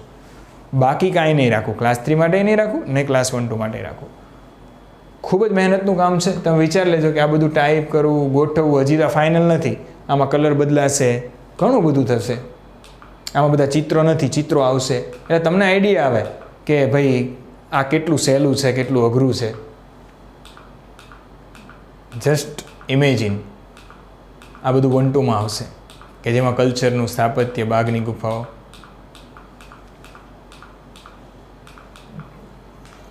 આ બધાની ડિટેલ આવશે. ગુપ્ત યુગમાં આર્યભટ્ટ થઈ ગયા કે એનું વિજ્ઞાન આ તે. તો તમને ખાલી હું આર્યભટ્ટની માહિતી આપી દઉં તો આર્યભટ્ટ છે એ મિત્રો ચંદ્રગુપ્ત બીજાના નવરત્નમાંના નહોતા. ચંદ્રગુપ્તના મૃત્યુ પછી આર્યભટ્ટ ગુપ્ત વંશમાં આવ્યા હતા. તે ગણિતશાસ્ત્રના પિતા હતા. શૂન્યની શોધ એમણે કરી એવું માનવામાં આવે છે, એટલે કે દશાંશ પદ્ધતિની શરૂઆત કોઈ કરી હોય તો એ આર્યભટ્ટ છે. એના જે પ્રખ્યાત લેખન છે એમાં આર્યભટ્ટિયમ, સૂર્ય સિદ્ધાંત એ 2 મુખ્ય ગ્રંથો છે. પછી ગીત દશિકા એ પણ એમનું પુસ્તક છે, ગણિત ઉપર લખેલું છે. આર્યભટ્ટિયમ 4 ભાગનો ગ્રંથ છે. ગુણાકાર, ભાગાકાર, સરવાળા, બાદબાકી, વર્ગમૂળ, ઘનમૂળ, ત્રિરાશિ વગેરેની ગણતરીઓની રીતો એમણે શરૂઆતમાં આપી હતી. પહેલી વખત પાઈનું મૂલ્ય 3.14 એ એમણે આપ્યું હતું.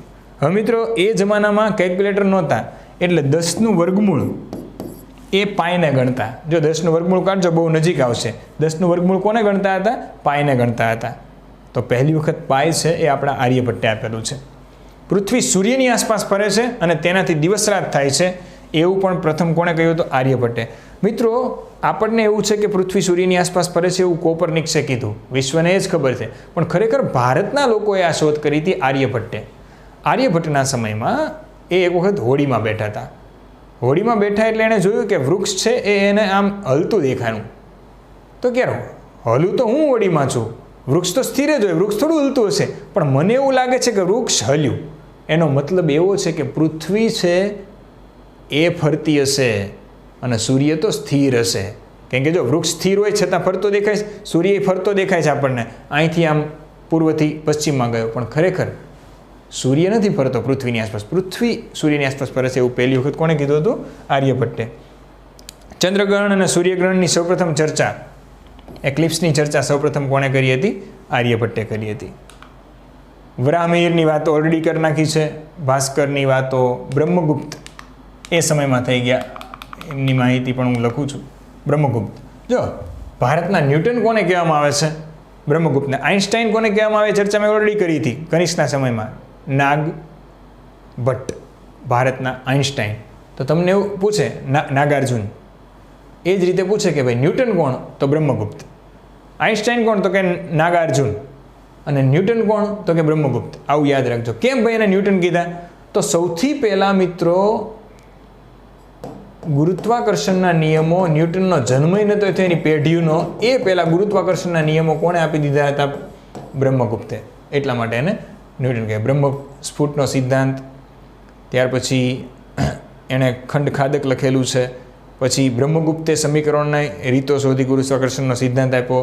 શૂન્યની જે શોધ થઈ એના ઉપયોગની વધારે પડતી માહિતી કોણે આપી હતી? શૂન્યની શોધ કોણે કરી? આર્યભટ્ટે. પણ ઉપયોગની માહિતી આપણને બ્રહ્મગુપ્તે આપી હતી. તો આ બધું છે 1-2ના લેક્ચરમાં આવશે ડિટેલમાં. તો એ થોડો ટાઈમ લાગશે, it will take some time. આ બસ પૂરું થાય એટલે આપણે રિલીઝ કરીશું. જય હિન્દ, જય ભારત. ગુપ્ત વંશની માહિતી ક્લાસ 3 માટે એટલી ઇનફ છે. લેક્ચર ગમે તો કોઈક વખત તમે યુટ્યુબ ઉપર કે ટેલિગ્રામમાં તમારી માટે આટલી મહેનત કરીને કંઈક મૂકતા હોઈએ તો એ થોડુંક શેર કરો, લોકો સુધી પહોંચાડો, એવી તો આશા હોય જ.